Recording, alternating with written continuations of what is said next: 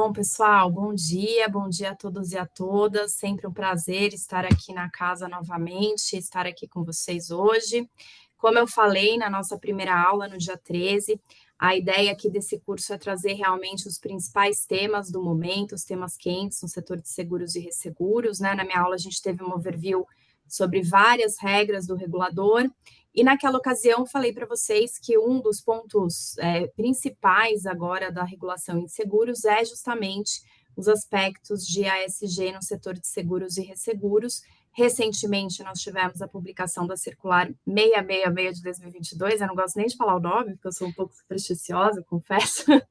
Acho que a Suzep podia ter pulado esse número, mas enfim, ela escolheu e a despeito disso é uma norma muito boa, que a gente vê com bastante bons olhos. E mais para frente a gente vai tratar disso, mas a ideia aqui hoje foi justamente trazer o professor André Camargo, que depois vai se apresentar também para vocês, mas enfim, ele realmente é especialista no assunto, tem muita experiência na parte de governança corporativa, né?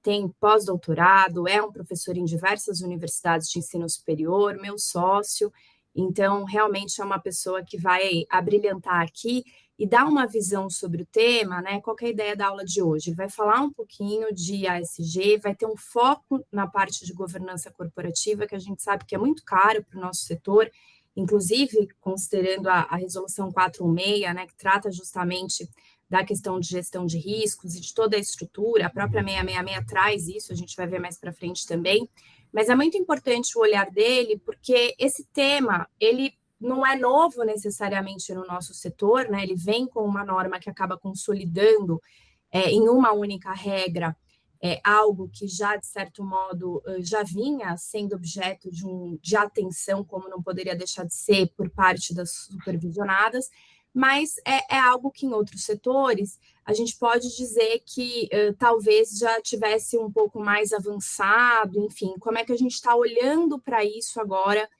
para o setor de seguros propriamente dito. Então, acho que o professor André aqui hoje vai trazer uma visão muito multidisciplinar aqui, que vai complementar bastante, porque hoje o que eu sempre falo é, a questão regulatória de seguros, o profissional, ele precisa cada vez mais olhar para o todo, e a ESG é um tema desse, eu não tenho como olhar só para a norma da SUSEP, eu preciso olhar de uma forma multidisciplinar, olhar para outros setores, o professor André, inclusive, vai falar aqui de todos os players, né, dos stakeholders, enfim.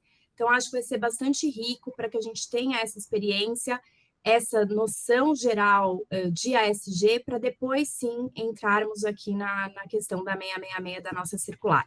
Então, André, por favor, é com você. Tenho certeza que a gente vai aprender muito com seus ensinamentos. Obrigada por estar aqui conosco hoje. Obrigado, Bárbara. Prazerzaço estar aqui. Você que é uma querida, minha sócia, minha amiga, né? Uma pessoa que eu admiro muito, pessoal e profissionalmente. Não tomo uma decisão sem te consultar nessa matéria e assim, realmente é um setor que eu admiro muito, não só pela importância, mas também pelo grau de evolução que tem tomado aí nos últimos anos.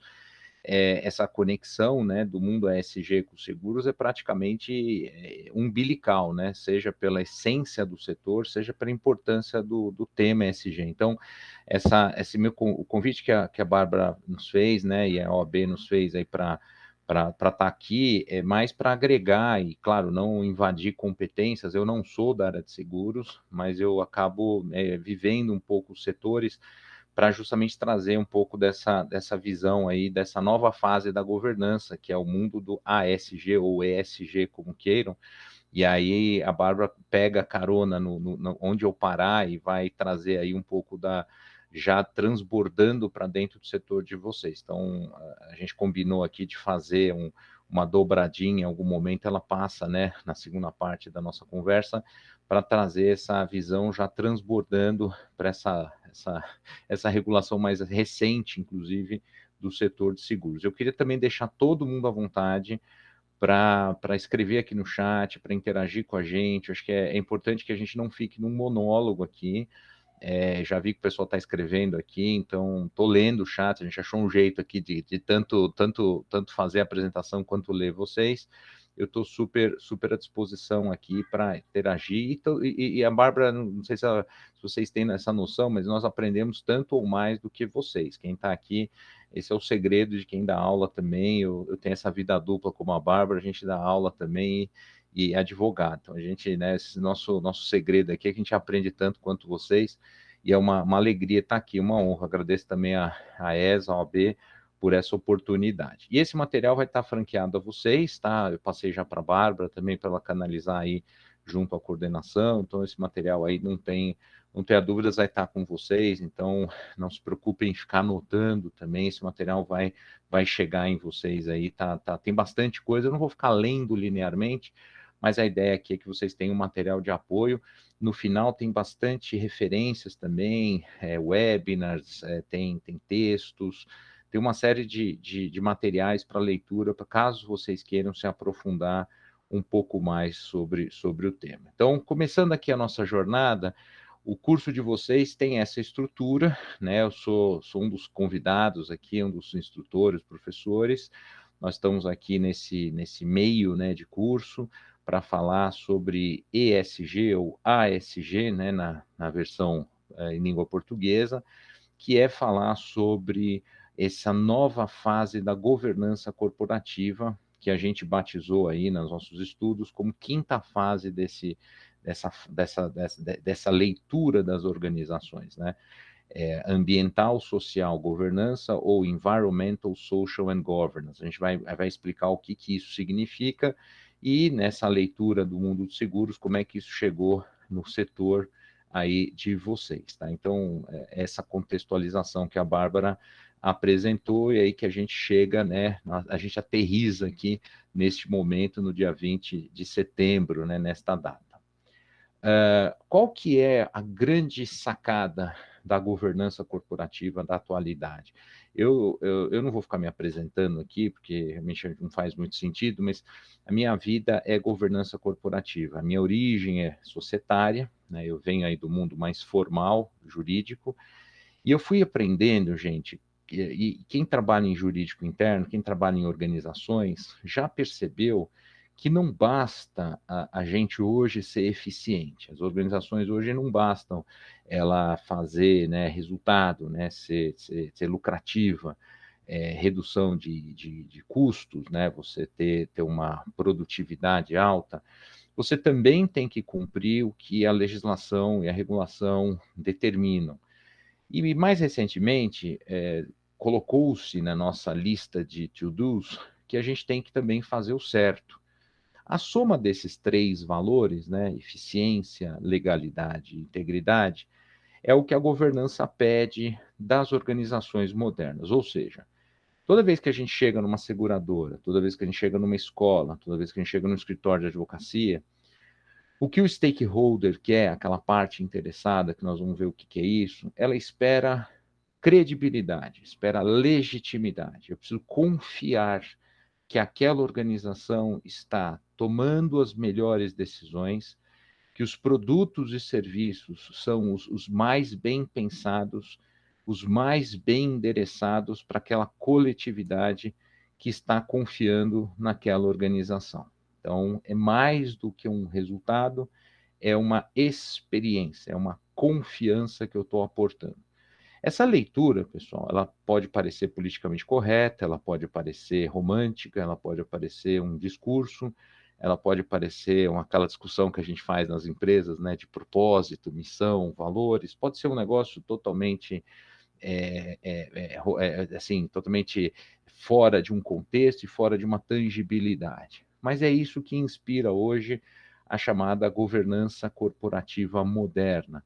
Se vocês participarem de discussões, por exemplo, no IBGC, em outros órgãos de governança, né, institutos que falam sobre o tema, o valor legitimidade, credibilidade, confiança, ele tem sido o direcionador não só de tomadas de decisão, mas especialmente da produção normativa. E o que a gente tem visto, e a Bárbara na abertura falou, é um processo de positivação de regras de governança. Cansou-se de esperar que as organizações, por si só, fizessem esse movimento espontaneamente. O Estado tomou para si o protagonismo desse movimento. E, querendo ou não, estamos aqui sofrendo os efeitos desse processo, muitos aqui, né, preocupados, outros entusiasmados e nós aqui estudando e tentando interpretar esse movimento. Nós somos aí, na linguagem que eu não gosto, mas operadores desse sistema que está cada vez mais normatizado. Então, o que está acontecendo hoje, senhoras e senhores?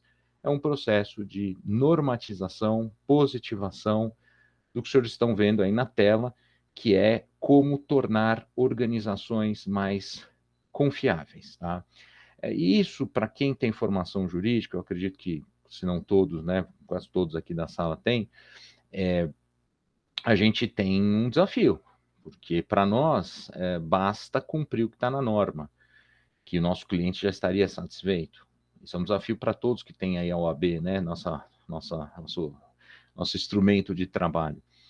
Mas talvez a gente tenha que ler o que as organizações precisam, o que os stakeholders precisam. Essa leitura do cliente, essa leitura do stakeholder, ela não é trivial, nós não fomos preparados para isso na nossa graduação. Nosso treino não foi para isso. Então, fica aqui o nosso primeiro desafio, que é como nós, como profissionais, podemos nos posicionar nessa nova leitura. Então, aqui é nosso primeiro desafio, que é entender essa nova fase da governança corporativa. Tudo bem, pessoal? Estou vendo aqui o pessoal já fazendo as presenças aqui, bem-vindos aos que estão chegando. Então, fiquem à vontade aí para colocar questões, eu vou parando também à medida das provocações. Bem, no ano passado, aliás, ano passado e este ano, o ano anterior, os anos pandêmicos, eu escrevi um livro sobre regulação da governança, juntando aí 22 anos nesse assunto, tanto no mundo profissional quanto acadêmico, e nós desenvolvemos um frame para entender como é que as organizações estruturam as suas chamadas melhores práticas de governança, e de uma forma bem resumida, nessa imagem que vocês estão vendo, a gente conseguiria tirar uma foto de qualquer organização com sem fins lucrativos, pequena, média e grande, estatal, privada, independentemente do setor, né? Eu teria 4 grandes pilares. O primeiro pilar é o pilar estrutural, ou seja, aquela foto que a gente tira dos órgãos, suas competências, alçadas, como é que esses órgãos se relacionam, que é o que a gente, né, do mundo jurídico adora fazer, né? A gente adora fazer um desenho organizacional, principalmente a turma do societário aí gosta muito desse primeiro pilar. O segundo pilar, que é um pilar já um pouco mais moderno, é o pilar procedimental ou processual. A turma do compliance gosta muito, né? Que já é a parte mais de políticas, regras corporativas, normativos internos, como é que a gente faz aí controles internos, gestão de riscos e o próprio compliance. Essa é uma fase que eu diria um pouco mais moderna da nossa conversa, porque é um motorzinho, né, do dia a dia, né? A governança ela não funciona sem processos bem azeitados. Vocês vão ver que as boas práticas de governança e as normativos que nós vamos estudar, eles estão se preocupando, né, com o caráter procedimental, né, já das normas. O nível 3, que já é um nível um pouco mais profundo, e não são todas as organizações que estão preocupadas com isso, infelizmente, mas por outro lado é uma grande oportunidade, é o nível pessoal, né? O nível das pessoas, né? Que é estudar, por exemplo, inclusão, diversidade, sistema de remuneração, carreiras, né? Como é que você incentiva as pessoas, como é que você tira o melhor delas. Isso, gente, atrelado, por exemplo, a ESG, é muito interessante, porque se você coloca metas para as pessoas atreladas a elementos voltados a ESG, você estimula os personagens do jogo a fazer ações voltadas a esse tema. Olha que bacana. E o quarto pilar, que este sim é difícil, diriam os ganhadores de prêmio Nobel, tipo Douglas North, cultura se faz em 100 anos. Então, olha que interessante. O quarto pilar, você precisa ter organizações longevas, líderes, né, que pensam no longo prazo. Que é aquela ideia de você treinar as pessoas, de você dar exemplos, de você apostar no futuro. E isso você percebe uma ou outra norma já estimulando, né? O olhar do futuro, como é que você torna a organização perene, longeva. Então, uma leitura de governança bastante moderna seria você ter os 4 pilares muito bem calibrados na sua empresa, e as seguradoras não é diferente, tá? As seguradoras, na verdade, é um espelho dessa leitura, por isso que é importante a gente dar esse arcabouço aqui de abertura para vocês poderem usar isso como frame numa análise assim mais particular, mais compartimentalizada aí dessa questão ESG.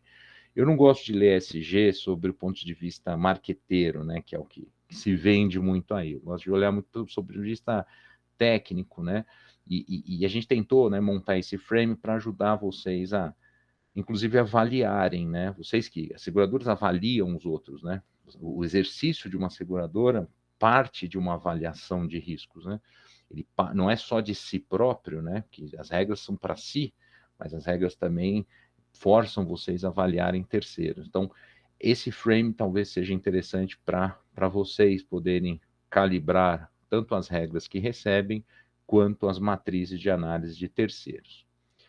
E essa discussão, esse frame, né, que eu mencionei para vocês, voltando aqui, ele bate com um outro estudo que nós fizemos, e aí com o nosso sócio Alexei, que é, né, Bárbara, nosso sócio em comum, Alexei, nós escrevemos um texto no Valor Econômico de 2000, um texto final de 2000, em que a gente escreveu sobre as 5 fases da governança, e a gente colocou 5 grandes momentos. E o momento 5 é o momento em que nós estamos vivendo hoje, tá? Vocês estão vendo na tela, eu não vou contar a história toda, porque essa é uma história que precisaria de 1 hora a mais aqui, mas se vocês estão vendo aqui na tela, a gente parte de uma fase muito formalista, basta ter um conselho, tá tudo certo, para uma fase mais moderna, que é o chamado capitalismo de stakeholders. As organizações hoje deveriam olhar mais na sua estratégia, no seu modelo de negócio, nas suas ações, nos seus 4 pilares que eu mostrei agora há pouco. Um olhar mais 360 graus. Imagina a sua câmera agora que está voltada para você. Pega a sua câmera e gira, porque o acionista é você, então a câmera está voltada para você. Gira essa câmera e faz essa câmera girar.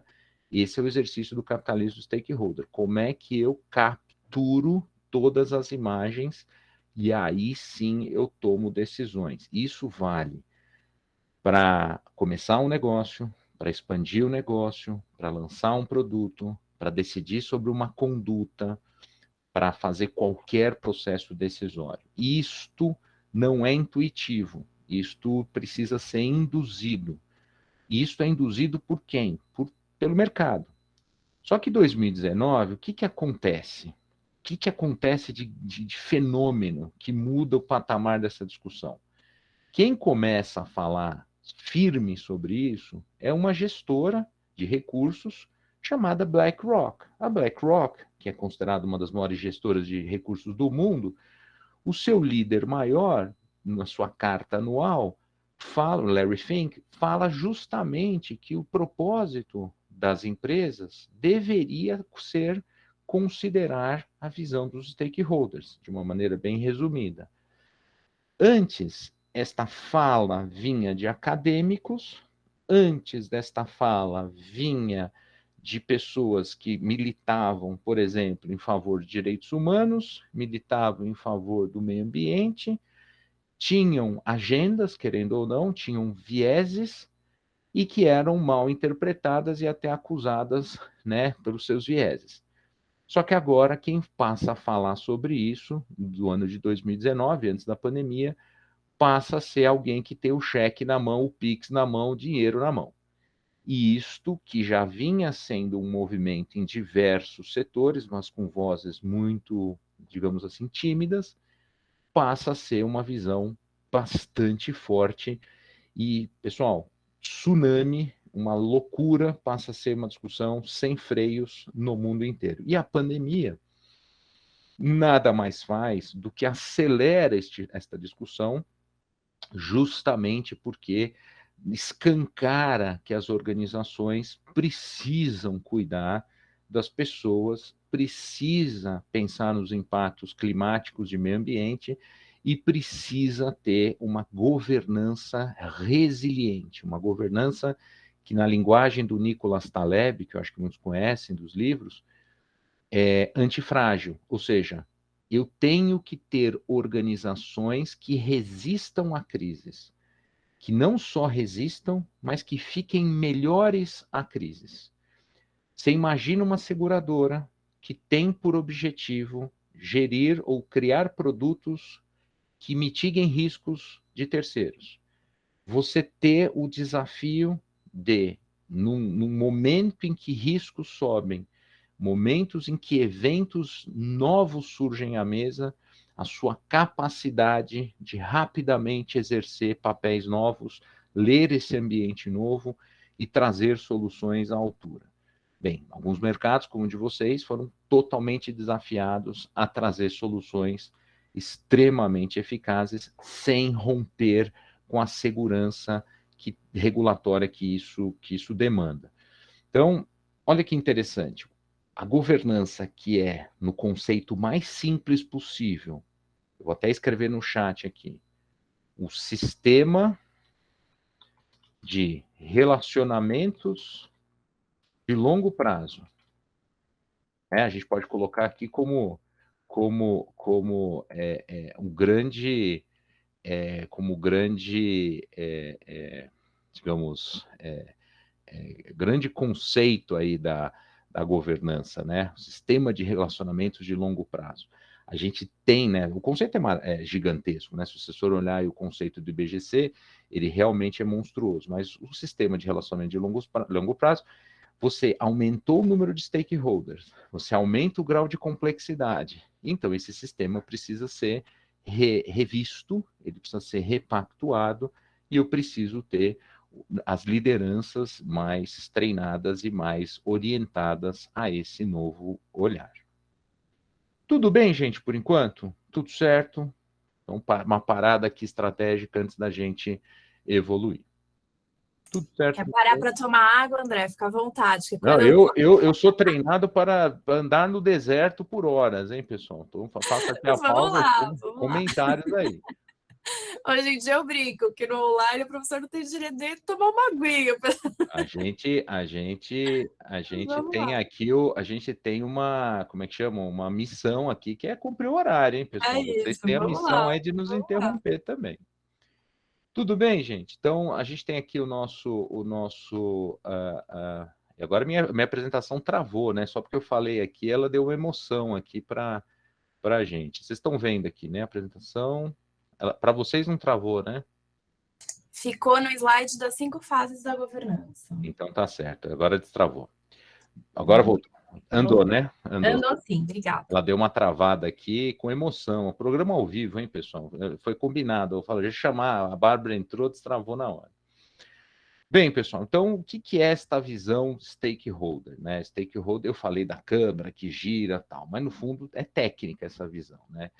O que é um stakeholder? É você mapear. Isso é importante porque todas as organizações estão fazendo isso neste momento. Não é tão intuitivo, principalmente para nós do mundo do direito, que não temos essa visão tão enraizada desde a nossa formação original. O stakeholder, pessoal, é aquele que influencia e é influenciado pela atividade da organização.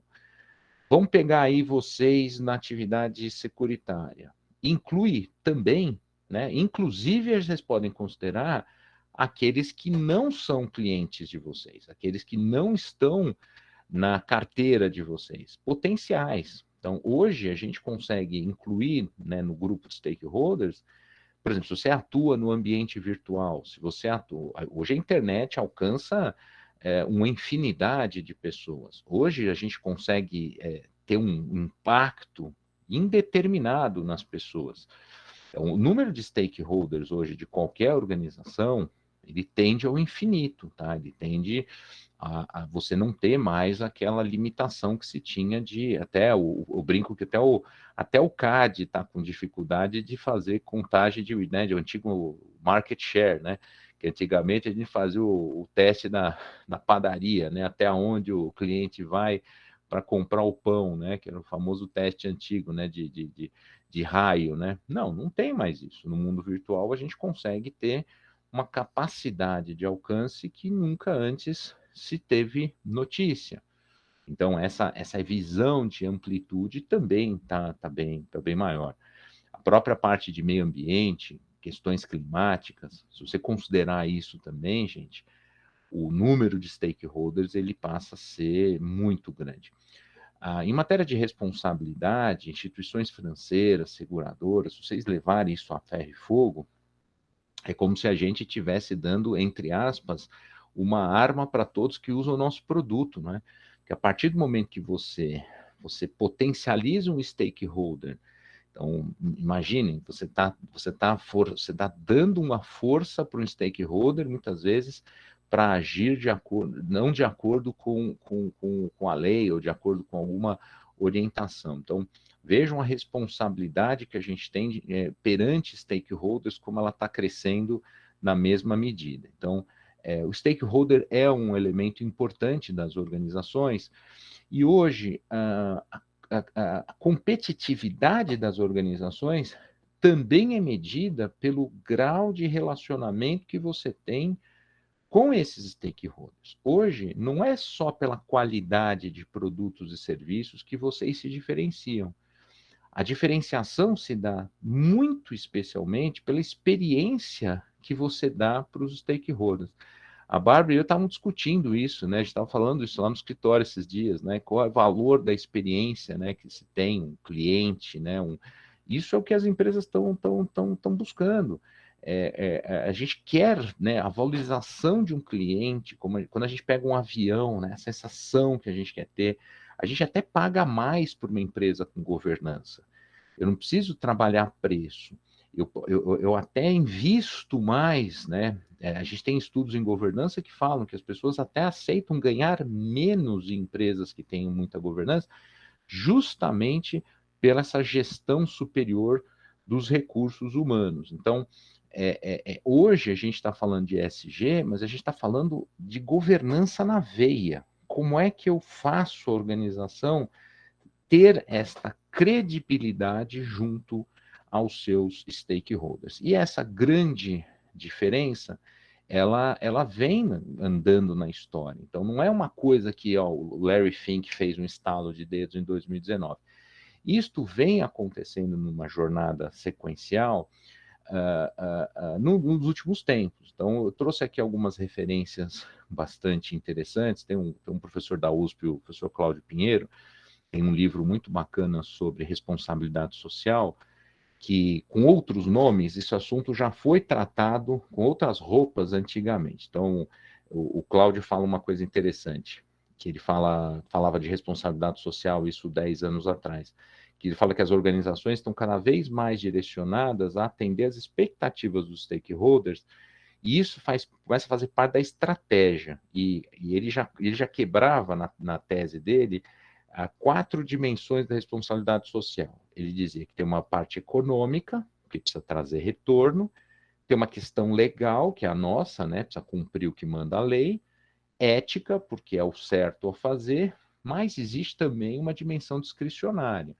Claro que o setor de seguros ele tem menos discricionariedade por ser regulado, mas vocês vão ver nos seus clientes que, dependendo do tipo do cliente, tem mais ou menos discricionariedade. Por isso que o ESG é muito legal, porque na hora que você for tirar a foto de terceiros, por exemplo, vocês vão ter que entender qual é o grau de discricionariedade de terceiros. E eu acho que mesmo em vocês, esse espaço, até a Bárbara depois vai explicar, esse espaço que vocês têm de construção do mínimo legal para cima, também essa discricionariedade pode ser um valor agregado numa competitividade setorial. Então o próprio Cláudio já falou isso, ó, lá atrás, quando se falava em responsabilidade social corporativa, um dos princípios da governança, antes de se falar ESG, a gente já tinha esse direcionador também de discricionariedade. E essa história foi aumentando, pessoal. Nós tivemos aí discussões, né? Não vou ficar lendo aqui, mas só para vocês terem as referências. Nós tivemos aí um embate histórico de 2 grandes visões, né? A visão do shareholder viu, né, que é a visão clássica do capitalismo, que foi endereçada por vários ganhadores de prêmio Nobel, um deles o Milton Friedman, clássico, né?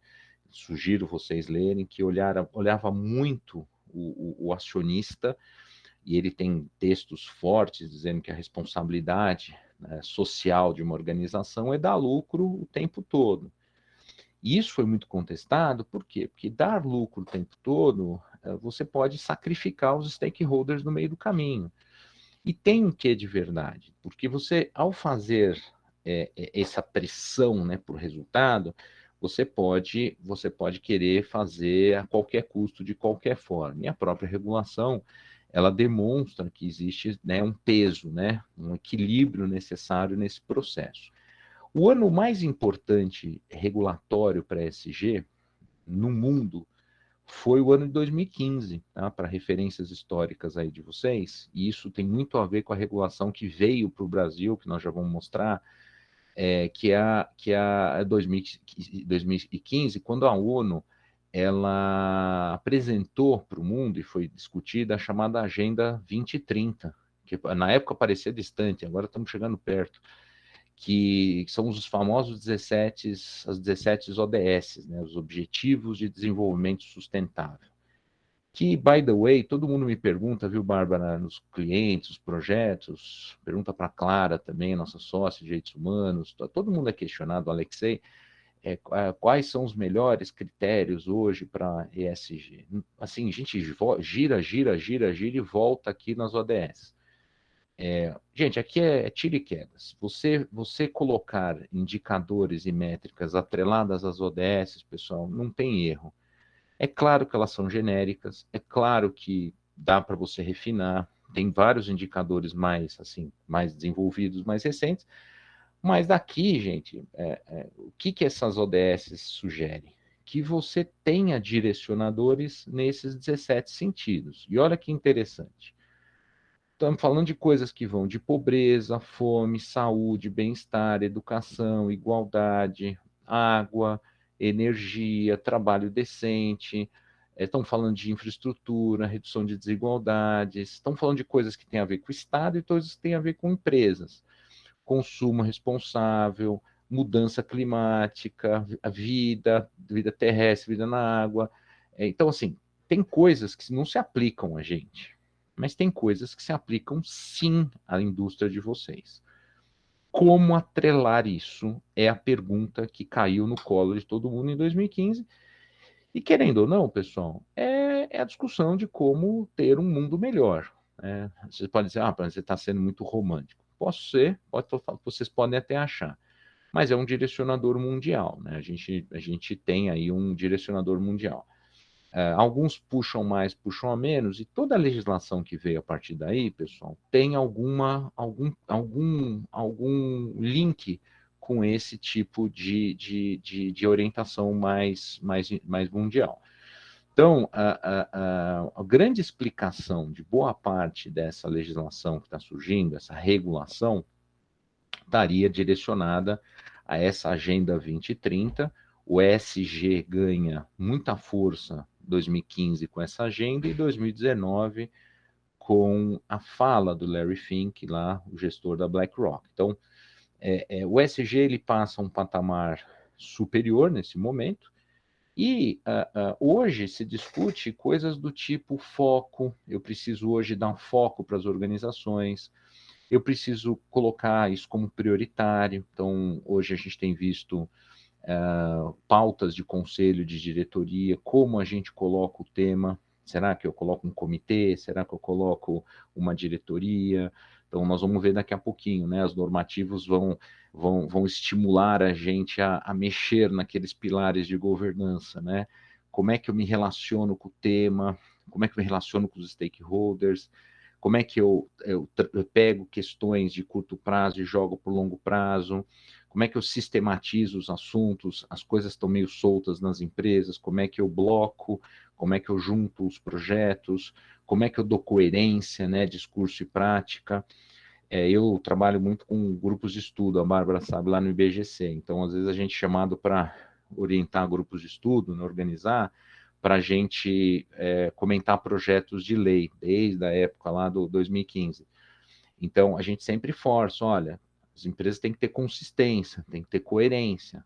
Não adianta você também esticar a corda lá em cima, no ano que vem você não faz nada. Então, vai devagarzinho, vai na ideia de jornada, despacito, né? Despacito. Então, a gente sabe a realidade das empresas. Nós tivemos uma pandemia, não podemos ser irrealistas, né?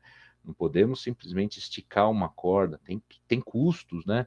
Tem desafios, tem prioridades, tem muita empresa que precisou pagar as contas, sobreviver. Não dá para você simplesmente mudar uma régua de uma hora para outra. A própria Bárbara vai comentar, a gente fez discussões em outros eventos, a vacatio legis, a importância de um prazo de adaptação, a importância de se ter um tempo de respiro, né, para as organizações se adaptarem, né? O setor de seguros também não tem os seus tempos, as suas prioridades. Então, isso é muito importante nessa visão ESG. Como fazer este movimento sem fazer uma ruptura, tá? Como ser incremental sem romper. Inclusive porque eu preciso gerar indicadores, dados, eu não posso simplesmente subir o custo de uma organização para dar informação, para se estruturar, se eu não conseguir medir os benefícios. Então, assim, o ESG é um negócio lindo no discurso, mas como é que eu me aproprio dos benefícios, né? Como é que eu gero a credibilidade real? Como é que eu sou transversal nessa visão? Senão eu vou ter o departamento de ESG. Aí ninguém mais fala do assunto. Eu peço para a Bárbara monta lá um departamento ESG, aí fica todo mundo lá fazendo as coisas e a Bárbara fica lá na salinha dela fazendo ESG. Não, tem que ser uma visão totalmente transversal. Como é que nós, da estratégia da organização, estamos vendo o assunto? Como é que eu educo as pessoas? Como é que vocês estão fazendo os orçamentos de 2023, imagino? Como é que o orçamento de 23 vai estar se beneficiando dessa visão? Existem hoje, saiu um typo aqui, peço desculpas, vocês têm até ISOs hoje sobre o assunto. O ISO 37000 é o ISO da governança. Então, inclusive é um ISO recente, tem mais ou menos um ano. Como é que eu certifico a minha organização sob o nível de governança? Tem alguns indicadores bacanas. Como é que terceiros te certificam? Porque uma coisa é dizer que eu tenho SG, né? Outra coisa é alguém dizer que a gente tem. Porque o marketing, no sentido negativo, inclusive no sentido venda só, ele pode ser washing, né? Que é aquela visão meio que de propaganda enganosa. Como é que eu faço você perceber que minha visão ESG é do coração e não uma coisa meio forçada, né? Então, isso é uma coisa interessante, porque já passo aqui para o chat, gente, porque que a Bárbara fez um ótimo comentário, mas assim, é interessante porque a visão de ESG é uma visão que tem que ser muito cautelosa, tá? Por mais que ela seja encantadora, inspiradora, ela é até diria que ela é mais do que inspiradora, ela é completamente instigadora. Ela precisa ser vista com o pé no chão, porque ela pode te tirar, às vezes, do foco. Tem um relatório, viu, Bárbara e turma, na revista The Economist, de 2 meses atrás, altamente crítico a ESG, sugiro vocês lerem, em que ela fala assim, é tão encantadora, tão instigadora a visão ESG, que ela tende a ser romântica, ela tende a ser ilusão e ela tende, inclusive, a desviar o foco da administração. Vejam, olha que ponto que a gente pode chegar de encantamento sobre um assunto. E simplesmente nós temos escolas no mundo que são contrárias a ESG, tá? Sendo bem honesto intelectualmente. Apesar de eu acreditar muito, a Bárbara também, nosso time acredita muito. Mas você tem a Harvard Business School. A Harvard Business School tem uma corrente fortíssima contrária ao que eu estou falando. Ela diz basicamente o seguinte: me prova que ESG é melhor, me dê indicadores, me dê provas, tal. A gente tem correlações, mas a gente não consegue ainda ter causalidades. Os estudos não mostram, eu não sei se isso é claro para quem tem informação jurídica, mas correlação e causalidade são coisas diferentes. O que é correlação? Eu posso fazer, Nossa, que legal, deu resultado. Eu só não consigo dizer o quanto eu faço versus o quanto você ganha. Isso é causalidade. Então, assim, eu sei que fazer dá, mas eu não sei o quanto eu preciso fazer para dar o quanto você precisa receber. Então, isso realmente, para quem é de mente financeira, é difícil você vender um projeto de governança, um projeto de ESG. Talvez seja esta sensação que tenha forçado o regulador a pegar isso na mão e falado, ó, quer saber? Eu vou normatizar esse negócio aqui, porque eu preciso fazer acontecer. As organizações sozinhas talvez não façam do jeito, do tempo correto. Bárbara, para eu respirar aqui, que você falou que eu preciso respirar aqui, comenta aqui, você fez um super comentário, super pertinente. Não, André, tá excelente. A gente sempre aprende com o histórico e realmente acho que todos esses pontos que você colocou, eles estão ali contemplados, né, em todo o histórico que gerou realmente esse normativo da SUSEP, que a gente vai tratar um pouquinho mais adiante. É claro que, sendo o nosso setor um setor regulado, a SUSEP ela também sempre se inspira, obviamente, nas questões específicas do setor de seguros lá fora. Mas toda essa questão de, o professor André mencionou o ano de 2015, né, que é um ano mais importante para a SG. Se a gente for olhar lá na exposição de motivos da consulta pública da circular, a gente vê o ano de 2015 destacado para o nosso regulador, coloquei até aí no chat o pedaço, efetivamente, né, o que a SUSEP coloca como inspiração. Então, apesar da gente ter uma norma que saiu agora em 2022 e que era fruto do plano de regulação de 21, ainda na gestão anterior da SUSEP, mas que na nova gestão, o novo superintendente já colocou, inclusive, que vai ser o grande marco da gestão dele, então, ou seja, toda a fase de implementação vai acontecer na gestão dele, a publicação aconteceu na gestão dele, a questão dos próprios quadros, para a gente poder mensurar efetivamente o que vai precisar ser divulgado em termos de ASG para o setor, né, em um dos prazos que a gente vai olhar também. Isso tudo foi visto ali pela SUSEP em termos de histórico. Então, o assunto, de fato, a despeito de ser novo agora para 22, com largos prazos de adaptação até 25, vem já há um certo tempo sendo objeto aqui de análise pelo próprio setor de seguros e pelo próprio regulador no que se refere a todo esse histórico. Tanto é assim que naquele relatório que a gente pode olhar lá da CNSEG, que é divulgado periodicamente, ano a ano, tem inclusive menção de alguma pesquisa. Então, você tem lá, não são todas as seguradoras que participam, mas a gente tem, por exemplo, alguns números para vocês, acho que vale a pena ler esse relatório da CNSEG, que congrega, então, todas as seguradoras, e aí não estou falando nem de ressegurador, que tem, inclusive, um grande número aqui referente e preocupação referente a SG, especialmente aqueles que são ligados a grupos que estão fora do Brasil. Mas aqui, se a gente olhar só para seguradoras, tem um relatório interessante que foi divulgado em setembro de 21, com a base 2020, dizendo que 84% dos participantes da pesquisa já tem, de certo modo, algum procedimento referente à ESG. É claro que hoje a gente tem aí né, o regulador determina que vá muito mais além do que isso, a gente vai falar um pouco mais para frente sobre isso, mas o tema, ele não é necessariamente novo, ele só está agora de uma forma sistematizada e muito mais organizada com relação ao que vai precisar constar, a forma como isso vai ser divulgado, que é realmente a grande diferenciação, inclusive se a gente fizer o paralelo com os outros setores, que também passam por um momento em que a questão da divulgação ganha realmente e eleva-se, então, um tema de ESG para um outro paradigma. Porque hoje, de certo modo, todo mundo tem alguma coisa, pratica de algum modo isso, especialmente se a gente pensar no pilar de ambiente, mas não tem de uma forma sistematizada, pelo menos o nosso setor não vinha dessa forma. Mas vejam vocês que desde 2009 o setor olha para isso, né? Então tem aqui vários compromissos que o setor de seguros assinou, que o setor de seguros se comprometeu, e essas pesquisas mostram isso, de certo modo, linkando aqui, obviamente, com todo esse histórico que o professor André comentou. Mas não quero falar muito, não, que eu quero continuar aprendendo com ele. Por Não, favor, André. ótimo ponto, porque o regulador tinha algumas opções de estratégia regulatória.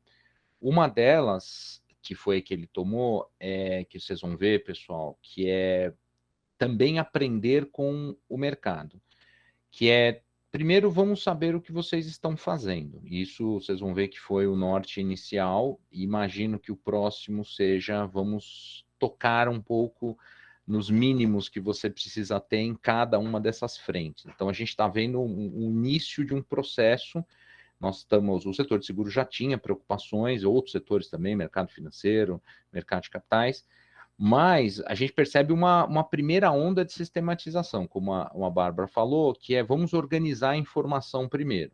Vocês lá dentro e nós aqui de fora, nessa captura dessas informações para o mercado também aprender. Porque ESG, pessoal, querendo ou não, nasce espontaneamente nas organizações e esporadicamente em setores regulados. Então, isso começa a ficar a partir de 2015, independentemente da regulação, independentemente do setor regulado, melhor dizendo. Então, vocês já tinham alguns passos na dianteira, pela regulação, né, já ter capturado isso antes, e até pelo tipo de setor em que vocês atuam, mas ganha um patamar maior, porque eu transcrevi a frase do Larry Fink, que ele fala o seguinte, olha, que todas as organizações deveriam ser direcionadas para este mesmo olhar. Então, sai do setor e pega todas as indústrias simultaneamente, o que força vocês também a se reposicionarem sobre o tema. Uma coisa é você se estruturar como indústria, outra coisa é você se estruturar para atender outras indústrias. Então, esse tipo de mudança foi bem interessante porque muda o patamar da discussão e vocês vão ver o tipo de regulação que surge na sequência. E você, por exemplo, fundos de investimento começaram a surgir. Eu até participei de uma discussão da Ambima, né? A Ambima soltou uma norma sobre como fundos de investimento poderiam usar a sigla ESG. E eu lembro que a nossa opinião ali do BGC era, você só pode usar a sigla ESG no fundo se você tiver indicadores e evidências de aspectos ESG internos e nas investidas. Você não pode ser só nas investidas ou só em você, então você tem que ter coerência. Então a gente começou a dar algumas orientações ali no processo legislativo, de audiência pública, melhor dizendo, que a ideia é de forçar uma avaliação qualitativa, né? Porque o que a gente tem receio no ESG? Que a avaliação fique meramente quantitativa, que é o que a Bárbara falou. Então, quer dizer o seguinte, o que você tem lá? Você tem uma área tal, você tem um não sei o quê, tá bom, check, check, check, check. Isso é muito simples. Isso aí, quem trabalha, né, quem trabalha com avaliação qualitativa pode ser muito bem enganado com papel aceita tudo, né? Então a gente pode ter. Então a gente percebe que essa regulação também está adentrando em avaliações mais qualitativas, ou pelo menos forçando vocês a darem mais informações qualitativas, não só quantitativas. A estratégia, por exemplo, que está sendo adotada é uma estratégia interessante que o mercado de capitais começou e os outros mercados estão absorvendo, que é o chamado a pratique explique, né? Que é aquela ideia de que você sugere uma conduta e deixa o supervisionado ali, deixa a empresa se posicionar a respeito. Então, tem algumas técnicas interessantes que estão sendo estimulantes, né, para o mercado apresentar ideias, apresentar uma postura. Então, o SG ele é diferente, tá? Porque o SG ele estimula a gente a pensar acima da legalidade. Por mais que o setor seja regulado, a ideia de te trazer informações te compromete. Quem já está fazendo isso, e vocês devem estar fazendo isso no seu dia a dia, o próprio mapeamento e divulgação te estimula a te comprometer perante o mundo e perante a própria empresa. Porque a partir do momento que você já coleta informações, você sistematiza algumas questões, você já está dando passos adiante. Então, é bem interessante, é bem inteligente, inclusive, o processo normativo que está tomando conta aí dos setores, principalmente aí os setores abaixo do Conselho Monetário Nacional, né, o tripé securitário, mercado financeiro, mercado de capitais, que nós já vamos mostrar aí para vocês. E, querendo ou não, esse é um movimento aí mundial, não é só um movimento brasileiro.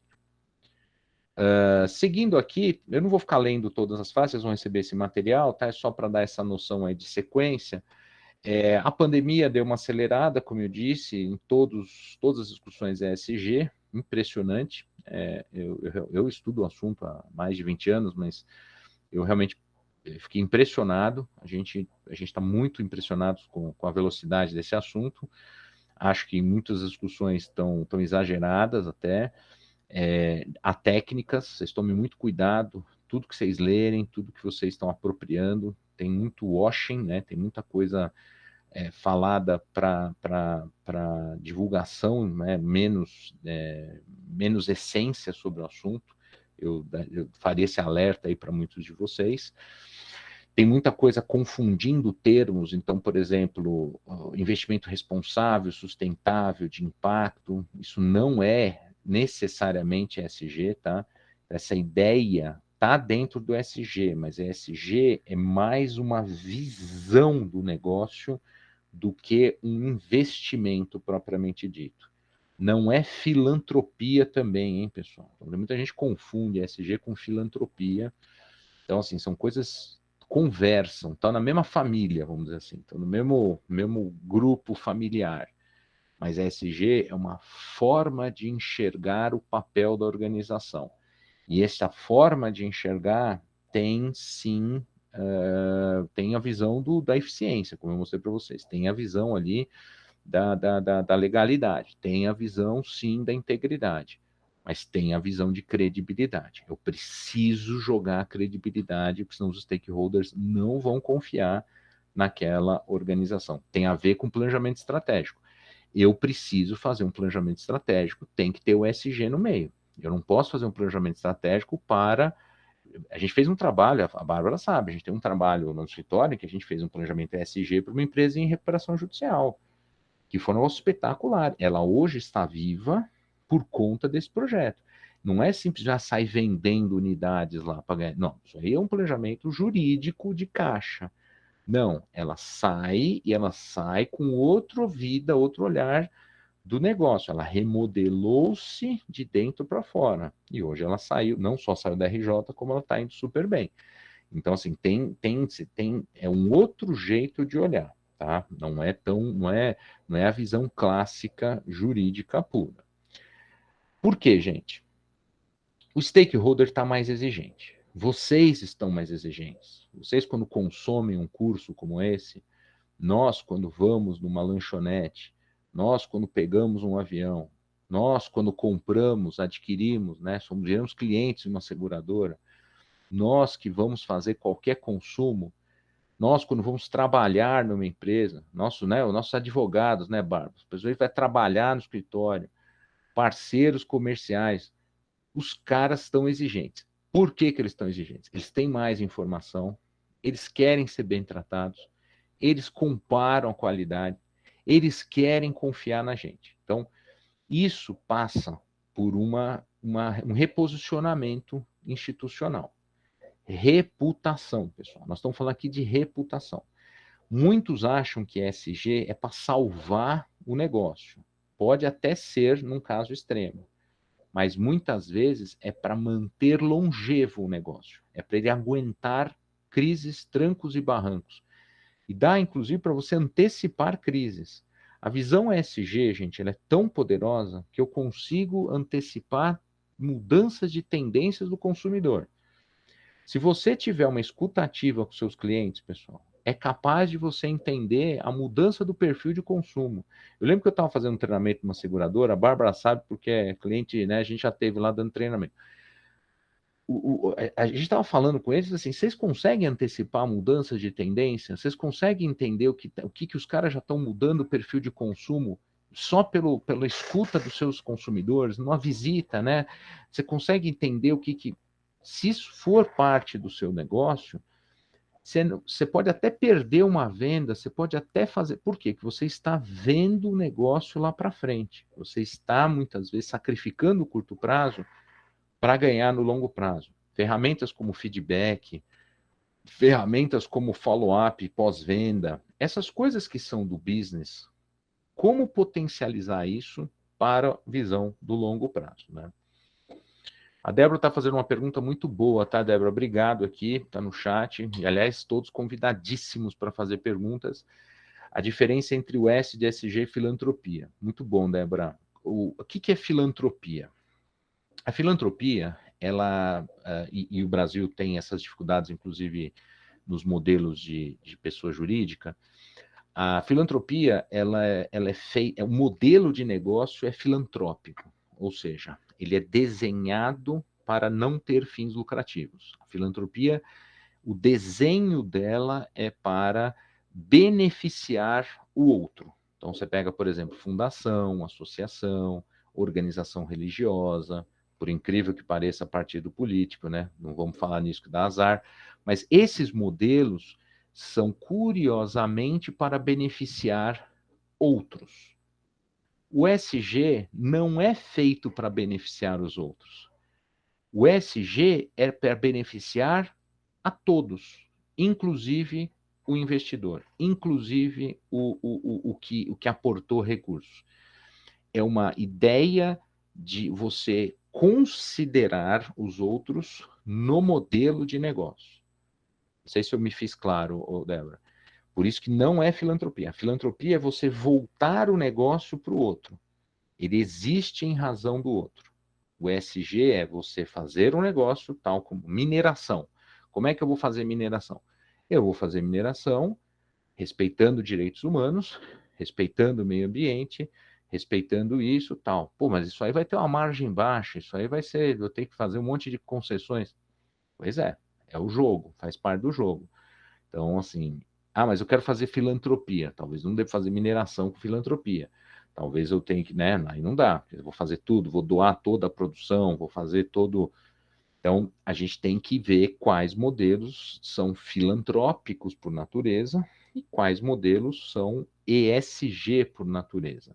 Por isso que são linhas muito, muito tênues, viu, Débora? Sua pergunta é excelente, tá?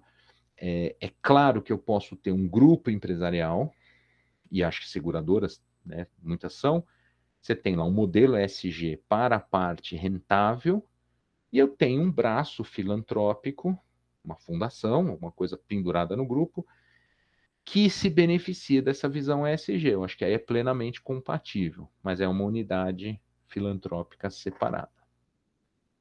Excelente, Débora. Muito boa pergunta.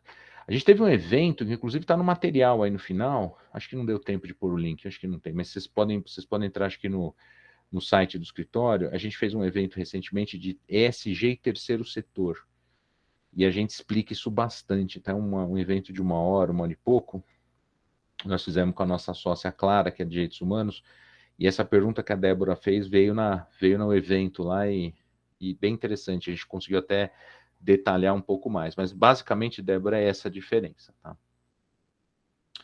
Tudo bem, gente, por enquanto? Ótima pergunta aí da Débora. Continuando aqui a nossa jornada, nós estamos agora entrando mais na parte normativa. O que se ganha com governança, né, pessoal? A gente ganha para dentro e ganha para fora, né? E essa visão ESG nos permite errar menos, antecipar tendências, lançar produtos, inovar mais rápido. E vocês que precisam inovar o tempo todo, ser competitivos, vocês vão conseguir ler o ambiente melhor. Vocês, quem trabalha em empresas que já têm ESG mais desenvolvido, vocês conseguem capturar melhor informações, vocês conseguem gerenciar riscos de uma forma melhor, vocês conseguem fazer projetos com uma visão mais holística, né? Vocês conseguem entender o ambiente, fazer uma gestão melhor no dia a dia. Então, você percebe claramente, né? Quem já está vivendo esse momento aí, eu imagino que alguns de vocês já estejam com discussões bastante maduras sobre isso, consegue entender que isto, apesar de ser custoso no curto prazo, já começa a ter um reconhecimento de médio e longo prazo. Ninguém faz isso da noite por dia, hein, pessoal? Essa mudança de mindset passa pela mudança da liderança. Eu não posso simplesmente acordar e falar, vou fazer SG. Putz, depois dessa conversa aqui com o André, com a Bárbara, eu quero mudar o meu jeito de pensar. Não. Isso é uma coisa que você vai ter que construir aos poucos, se convencer aos poucos. As suas lideranças também estão fazendo. É o que a gente mais faz. A Bárbara sabe, é treinamento para conselho de administração de empresa, seguradora nem se fala, que é visão ESG para esses caras. A gente está falando sobre isso neste momento com as grandes lideranças. Esses caras precisam entender que, ok, que eu preciso fechar o resultado de 2022, tá difícil para todo mundo, tem que fechar 22, né? Bonito. Ninguém faz ESG no prejuízo, hein, pessoal? Então não vamos ser romântico aqui, né, Bárbara? Eu não vou fazer ESG devendo na praça, fazendo, né? Tratando nós, assim, eu tenho que ter sustentabilidade. Não vamos ser inocentes aqui. Mas uma coisa é você ser sustentável, outra coisa é a forma pela qual você chegou lá. Então, como é que o SG, gente, você está falando mais da forma de se chegar ao lucro do que o lucro em si. Como eu fiz o trajeto para chegar lá? Como eu me estruturei, como eu tratei as pessoas, como é que eu tratei o ambiente, como é que eu tomei as decisões, como é que eu relatei como é que os projetos foram estruturados e assim por diante, que é o que nós vamos ver. A regulação, ela captura o processo, é querer saber como é que você está se estruturando como business na leitura ESG. Então, alguns se assustam, falam, por que ele está se metendo? O que é a SUSEP? O que é o Conselho Monetário Nacional? O que é a CVM? O que esses caras estão se interessando em saber, por exemplo, no caso da CVM, quantas mulheres tem no meu conselho de administração? Essa é a pergunta que eu já ouvi em reunião, mas por que eles estão se metendo na quantidade de mulheres no conselho de administração? Por que eles estão querendo saber quantos negros tem na minha organização? Quantas comunidades minoritárias, assim, declare, que é isso que vocês vão ver daqui a pouquinho. A pergunta é, como é que você pensa em diversidade e inclusão? Porque este é um valor para a governança extremamente relevante, o SG, o S, na veia. Se você quer falar em ESG, amigo, você tem que entender que diversidade e inclusão faz parte da letra S. Eu preciso ter, gente, não é questão de politicamente correto, é uma leitura do ambiente. Os seus clientes, você tem clientes negros, você tem clientes mulheres, você tem clientes comunidades minoritárias. Se eu falar que mulher é comunidade minoritária, é aí que eu estou cometendo uma injustiça, porque a maioria da população brasileira, e a maioria em vários setores, quase todos, se não for todos. Então, assim, eu preciso ter algum indutor para que a coisa aconteça. Então, mas a princípio eu só quero saber quantos. Eu não estou nem te obrigando ainda. Veja como o Brasil ainda é leve com relação a isso. Tanto que agora tem uma audiência pública que ainda não fechou, da B3, temos algumas companhias abertas aqui representadas. Tem a B3 está estimulando, a gente acabou de soltar o comentário via IBGC, estimulando ter pelo menos uma mulher e um representante de comunidade minoritária. Vocês precisam ver a grita do mercado, alguns dizendo que é pouco, outros dizendo que imagina, a gente é que tem que escolher. A nossa visão ali foi, tem que começar, tem que empurrar, porque se for demorar, vai demorar 250 anos para ter. Hoje tem 16% de mulheres em conselhos em companhias abertas. 16%.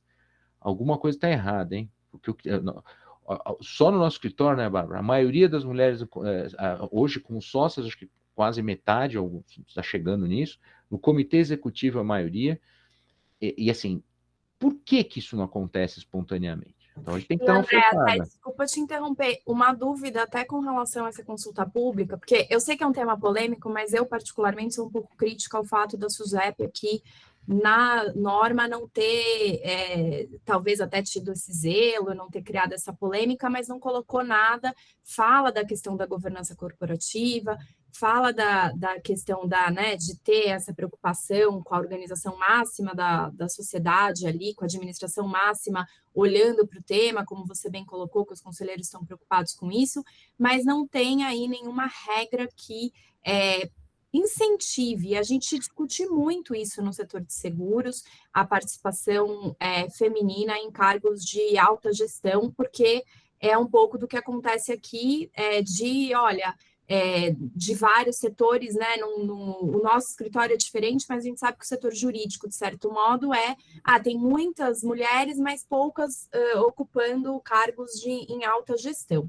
E aí a SUSEP não trouxe nada sobre isso. E aí a minha dúvida com relação a essa consulta pública no âmbito de mercado aberto se você tiver uma mulher negra, isso já supriria essa consulta ou precisaria ser uma mulher necessariamente e depois, o que eles estão considerando, né? Quando você fala em grupo minoritário, eu teria, se eu pegar, então, uma mulher que atenda eventualmente os dois requisitos, tá ok? Ou necessariamente eu teria uma mulher? Porque eu entendo que é importante a participação feminina, independentemente de tratar grupo minoritário, como está sendo posto aí na consulta pública. Se puder comentar um pouquinho isso? Claro, essa foi uma discussão que demorou algumas horas. Aliás, parte do meu dia, a Bárbara sabe que parte do meu dia eu discuto essas coisas.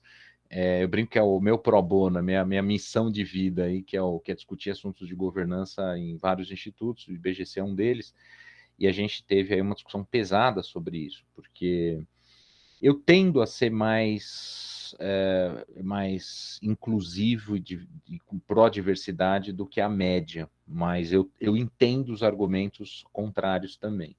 Não contrários, mas o argumento de que isto precisa também ter um lado de ponderação. Eu não posso romper de cara, eu tenho que evoluir aos poucos, mas eu tenho que estimular ao mesmo tempo e eu não posso estar satisfeito nunca com o pequeno passo. Então, qual foi a recomendação que o IBGC passou? Isso é oficial, tá? E eu acabei concordando. Eu estava a favor de ser 2 vagas, tá? Uma para mulher e outra para qualquer outra comunidade minoritária, que não fosse tudo junto. Então, o que o IBGC se posicionou? E aí tinha uma terceira, tá, Bárbara, só para você saber, que uma das questões era um para diretoria e um para conselho.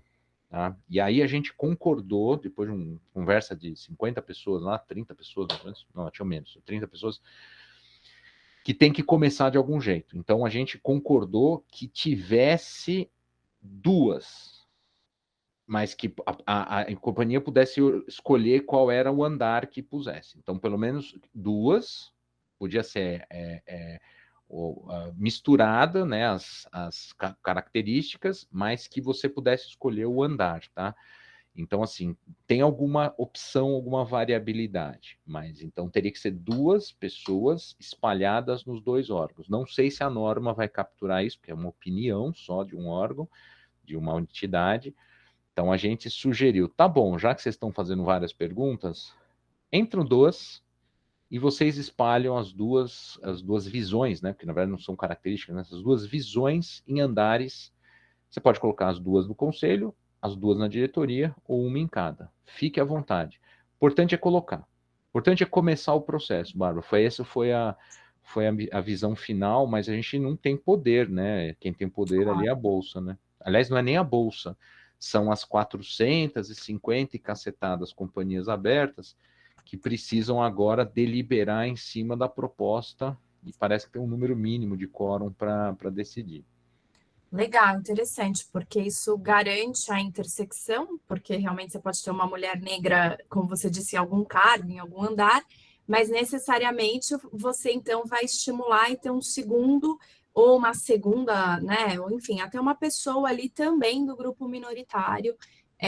Então, 2 vagas, acho bem bacana, né? O que é um mito, viu, Bárbara? Isso vale. Eu queria que a turma ouvisse isso, tá? Tá. Se vocês entrarem numa discussão sobre governança, é muito provável que vocês ouçam a desculpa de que ela traz um custo. É verdade, ela traz custo e traz burocracia. maioria das discussões de governança tem essa pecha negativa, e eu acho que vocês não podem desprezar esta discussão de custo-benefício. Isso aí é básico para qualquer gestor, para qualquer pessoa que pense em recursos, né? A advogada às vezes não pensa tanto em recursos, né, Bárbara? A gente às vezes dá ideia e não está muito sabe, não, quem é de jurídico interno sabe que a gente passa essas vergonhas também. Só que discussão de gênero, discussão de inclusão e diversidade, pessoal, não é uma discussão de custo. Então, assim, a pessoa vai falar, como assim? Ah, mas o custo de encontrar as pessoas no mercado, tá? Aí você vai dizer, pô, mas você está colocando o custo de screening agora? O custo de screening? Então, o custo de screening você vai ter na primeira. A gente está fazendo, a gente tem uma sócia clara, né, Bárbara, que faz screening de inclusão e diversidade 26 horas por dia. Você faz na primeira rodada. Depois, você está com a base pronta. Então, assim, é um custo que dilui no tempo. Então, talvez você tenha um custo na primeira vez que você fizer, e depois você vai diluindo isso ao longo do tempo. Então, eu fico um pouco até nervoso quando a pessoa vira para mim e fala assim, não, mas diversidade e inclusão tem custo. Eu falei, sim, primeiro que é investimento. Segundo, que se for custo, ele é um custo de curto prazo, diluindo isso ao longo do tempo, então, e não vai burocratizar processo algum, pelo contrário. Então, assim, a gente tem receio do diferente. Pessoal, eu falo isso para as mulheres também. Grupos de mulheres homogêneos também dá problema, hein? Qualquer homogeneidade no mundo não é salutar. A diversidade é salutar, de todas as visões. Quanto mais você conseguir, melhor. Mais do que diversidade, a gente tem que ter representatividade. Esse é um valor que está no S, mas está no G também do ESG, tá? Ele fala com as duas letras, tá? Só para não falar que eu não falei do G, o S pela inclusão e diversidade e o G pelo jeito de você construir os órgãos. Os órgãos têm que estar muito bem equipados. Se bem que as seguradoras, viu, Barro, que eu conheço, já estão superando isso em alguma medida, tá? A gente vê algumas líderes mulheres já surgindo, você conhece algumas também, então isso já começa a mudar. É que o problema, né, Bárbara, é a velocidade disso. Essa é a velocidade que preocupa, né? Eu até sou bem ligada a dois institutos, né? Tem o Instituto de Diversidade do Setor, Instituto de Diversidade e Inclusão no Setor de Seguros, que é o IDES, e também a Sou Segura, e os números realmente eles são assustadores. A gente começa a mudar, mas realmente falta muito, né? E hoje a gente já vê as seguradoras com alguns programas, principalmente em mulheres, mas para a minoria, quase nada. Então, se você faz uma pesquisa e Tem isso também. verificar seguradora, quanto tem programa para refugiado, nossa, aí os dados são difíceis, né? Inclusive, até convido a todos depois, semana que vem vai ser lançado, semana que vem a gente tem o maior evento de diversidade no setor de seguros, que é o Daivin, que são 4 dias de evento, semana inteira praticamente, e também vai ser lançado em paralelo a atualização daquele estudo de mulheres no setor de seguros. Então, está previsto o lançamento desse estudo também para a Semana de Diversidade, acho que é bem bacana. E até fazendo um paralelo também com a SG e com a própria norma da SUSEP, André, o curioso é que aqui na Circular 666, a SUSEP define risco social, em nenhum momento, né, ela trata de diversidade, ela define risco social como a possibilidade de ocorrência de perdas ocasionadas por eventos associados à violação de direitos e garantias fundamentais ou atos lesivos a interesses comuns. Bem Então, genérico, né? É genérico, claro, a gente tem questão de direito e garantia fundamental, mas a gente percebe muito que não houve aqui, diferentemente dessa norma que foi colocada em consulta pública no âmbito das abertas, no campo normativo regulatório SUSEP, não veio nenhum incentivo do regulador, do ponto de vista de governança, para promover a questão de diversidade. É óbvio que, ao tratar de governança, menciona não só a questão, obviamente, né, do órgão máximo aí, da supervisionada olhar para questões de SG e se espera com isso que no seu órgão ela também, e dentro, né, de cada supervisionada, existam políticas aí que englobem todos os requisitos ASG, que ela define como requisitos de sustentabilidade, mas a gente não tem aqui nenhum incentivo. Quando a gente olha para a definição de risco social, ela está muito ligada a Vamos pensar então numa violação de direitos humanos dentro da supervisionada, né? Então, alguma questão reputacional relacionada à supervisionada. Ou olhar para a precificação de um segurado que, eventualmente, quando ela usa o termo perdas ocasionadas por eventos associados à violação de direitos humanos. A gente tem aí alguns exemplos públicos, Carrefour, né, episódios difíceis recentes que aconteceram nesse aspecto. Será que no futuro isso vai ser visto como mal segurado? Eu acho que a norma, quando ela fala em social, está muito mais nesse aspecto do que no aspecto de diversidade, né? Ótimo, ótimo ponto. E isso eu acho que pode ser até lido também, Bárbara, como um espaço de futuro evolução normativa para vocês, porque todos os outros setores foram para esse caminho, tá? Eu já vou mostrar para vocês. Então, eu acho que a gente pode tanto interpretar as normas securitárias, né, como uma evolução, mas também como um espaço, né, o que não foi, o que vocês podem traçar como tendências e até como oportunidades. Então, a gente tem aqui, pessoal, 2 slides antes de passar para a Bárbara oficialmente, que eu fiz aqui um recorte histórico histórico não, mas uma foto de como está a regulação ESG no Brasil hoje, para que a gente possa, né, introduzir aí a visão dos seguros aí, e para a Bárbara preencher aí com essa norma 666 aí, que eu estou curioso aí para saber se ela veio do céu ou não, essa norma. Que número bom esse, hein? Então, assim, tudo começa com a nossa Constituição Federal, né? A nossa Constituição Cidadã, que ela é ESG ou ASG na veia, né? Eu coloquei alguns exemplos de artigos aqui que basicamente acomodam. O Brasil é ASG. O Brasil não é liberal como se vende, tá? Não é discurso político que eu estou fazendo, é um discurso realista jurídico. Então, a não ser que a gente mude a Constituição Federal, comece do zero, tudo que está escrito lá, tem pelo menos 5 exemplos aí, 6 exemplos, mostram a nossa preocupação com o meio ambiente, a nossa preocupação com direitos humanos e a nossa preocupação em organizar essas coisas, por exemplo, no artigo 170 da Ordem Econômica. Então, existe uma lógica, né, de stakeholders no Brasil. E se vocês olharem as convenções internacionais de direitos humanos, dos quais somos signatários, e o artigo 5º, quando fala, né, da absorção, né, do status constitucional, né, dessas convenções, mostra mais ainda a importância do tema no nosso país. Aí, se a gente olhar a legislação ambiental, a gente fica até mais espantado ainda qual é o valor do E. O E do Brasil, ele é gigantesco, né? Nós temos profusão de normas municipais, estaduais e federais. As nossas sócias de ambiental, quando falam, né, Bárbara, turma do ambiental, dá até medo a quantidade de normas que tem, licenças e normativos, responsabilizações. O negócio não é fácil, não, hein, pessoal? A parte de direitos humanos, que tem menos normativos, diga-se de passagem, os normativos estão crescendo, né? Mas eles estão espalhados em tudo quanto é lugar. Na própria CLT, nós temos várias regras. Nunca se normatizou tantos crimes relacionados a direitos humanos como nos últimos 10 anos. Eu lembro que eu aprendi sobre estupro na faculdade, era uma coisa. Quando eu fui ver, agora tem acho que 13 ou 14 crimes sexuais, de todas as dimensões, tem que estudar isso, mudou completamente, que é o reconhecimento de vulnerabilidades das maiores. Mulheres, né, ganharam muita proteção, grupos minoritários mais ainda, os vulneráveis em geral foram muito mais acolhidos pela legislação, então isso é muito bacana, mudou, o S foi muito fortalecido aí normativamente falando.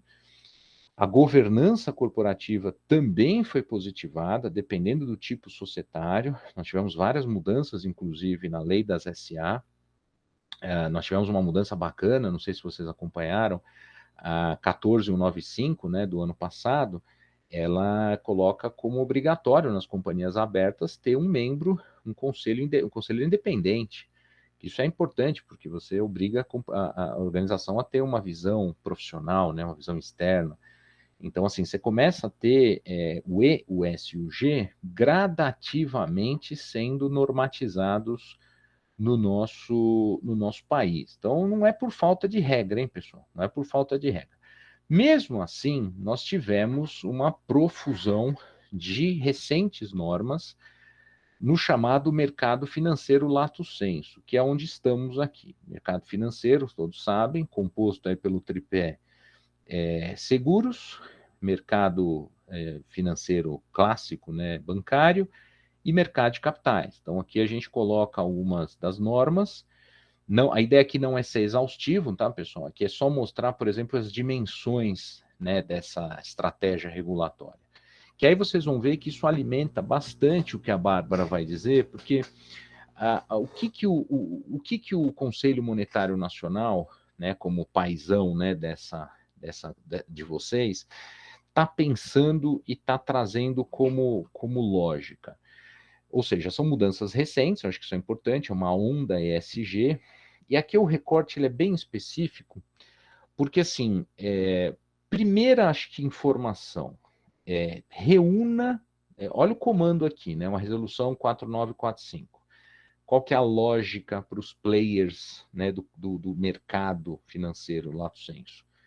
Reúna, né? O que é uma política? Política, né? Acho que é até autoexplicativo, mas acho que é bom para deixar claro. A política, né?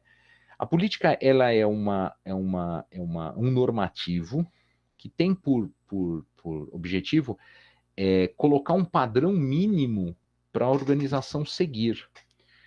Então, ESG sempre teve, a Bárbara foi muito feliz quando ela falou, as organizações têm ESG ou ASG espalhados, principalmente vocês. Mas é o seguinte, você consegue organizar as frentes? Então, você consegue fazer uma política de responsabilidade ESG? Você consegue dizer quem faz o quê? Você consegue organizar os fluxos? Você consegue dizer para nós, regulador, e para o mundo, como é que você se organiza em matéria ESG?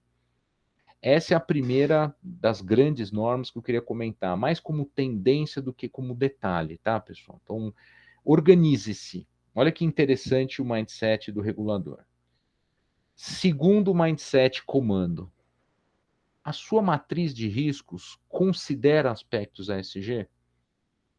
Porque é interessante, eu até estava discutindo matriz de riscos a semana passada com um cliente. Ele me mandou a matriz de risco, eu falei, mas só um minutinho, você não tem nada aqui sobre direitos humanos, você não tem nada aqui. Era uma matriz de riscos antiga, fazia acho que 3 anos que não revia. Eu falei assim, eu não vou fazer um trabalho de governança aqui se você não conseguiu fazer uma revisão recente da sua matriz de risco. Então, você primeiro precisa povoar essa matriz de risco com aspectos ESG. Porque como é que você vai fazer uma leitura ASG da sua organização se a sua matriz de riscos não tem componentes ASG. A pandemia, quem é especialista em riscos, fala que a pandemia forçou as organizações a ter revisão de matriz de riscos com periodicidade menor.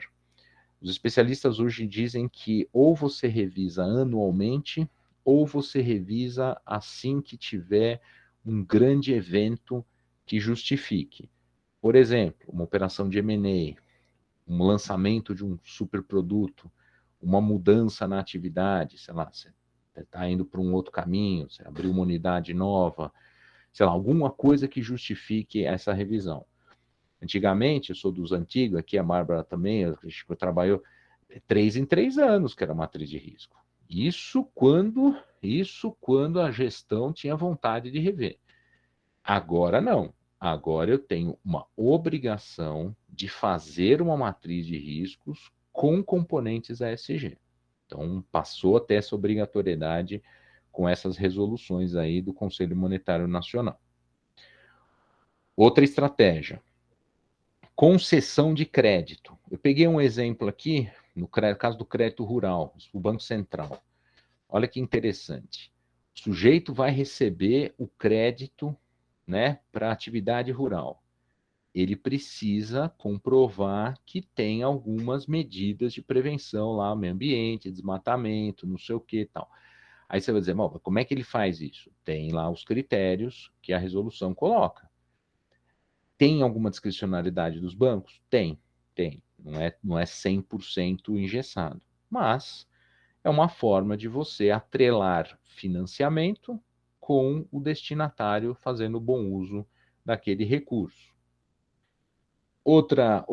E aí eu empacotei aqui nesse outro item, outra estratégia que é colocada aí nesses mercados. Divulgação, que foi o que a Bárbara falou. Essa talvez seja a principal estratégia. Eu preciso saber o que você está fazendo. Eu não quero saber como, eu não quero te dizer o como, mas eu quero saber o que. E isto, gente, para quem estuda a regulação como a gente, né, a gente fica estudando isso aqui, meio que esse é o nosso lado acadêmico, né, mais do que de advocacia. Toda vez que o Estado quer saber, é porque ele está anunciando o que vai fazer na sequência. Então, essa é a fase de investigação. Então, ESG, o Estado chegou à conclusão de que não sabe o que fazer ainda. Estou lendo vocês e depois eu vou normatizar. Os mercados financeiros agem assim mais recentemente. Vocês pegam, por exemplo, o sandbox, né? Outras estratégias que vocês conhecem aí, não cabe aqui falar de sandbox, mas são estratégias que os mercados financeiros têm para muitas vezes aprender com o mercado. Aqui é uma outra técnica parecida. Eu quero saber o que você está fazendo. Então vamos lá, olha as provocações. Primeira delas. Eu quero que você me faça um relatório de oportunidades e riscos socioambientais e climáticos. Um relatório ESG. Eu quero que você avalie os seus riscos ESG. Eu quero que você me mostre quais são os procedimentos que você tem para levantar e enviar esses riscos. Eu quero... e companhias abertas. Eu quero que você me preencha um capítulo do formulário de referência com dados, por exemplo, de diversidade. Eu quero que você me mostre lá quais são a sua demografia. Eu quero saber como é que você trata o tema, por exemplo, diversidade. Então, e essa da Companhias Abertas já entra em vigor agora em janeiro. Então, assim, é uma estratégia de revelação. Você me conta, eu vou ver o que você está fazendo e provavelmente, não estou sendo fatalista, hein? Nós vamos ter uma segunda onda regulatória com base nessas informações. Os jornais de hoje, o Valor Econômico, eu falei para quem entrou mais cedo aqui, viu comentando que tinha 5 notícias hoje sobre governança no Valor. Uma delas a gente está participando, que é o IBGC está... A gente tem um convênio, IBGC, TOSINI e UAI, levantar os informes de governança das companhias abertas. Todo ano, as companhias abertas têm que entregar a sua posição sobre 54 práticas de governança e a gente faz a coleta quantitativa e qualitativa das respostas. São 450 mais ou menos que entregam. E esse ano tem um monte de notícia boa. Já deram uns spoilers hoje, já nem deveriam ter dado, mas vai sair o relatório completo. Uma das coisas que a gente vai começar a ver na técnica Pratique e Explique, que é aquela que você força a companhia a dizer o que ela pensa, é basicamente o que está sendo feito aqui, hein? Que a resolução 59 está estimulando. É o seguinte, eu estou pedindo para você dar informação, hein? Você vai dizer o quanto... E aí eu estou te forçando a dizer o que você pensa no assunto. Eu estou te dizendo o seguinte, eu quero que você me diga como é que você pensa diversidade. Eu quero saber como é que você pensa, que você tem ações voltadas a clima. Eu quero saber... Então, assim, você vai começar a me mostrar os fatores de risco ESG aqui no formulário de referência. Tudo bem, gente? Aí a gente não sabe. A pergunta que está é o que vem pela frente.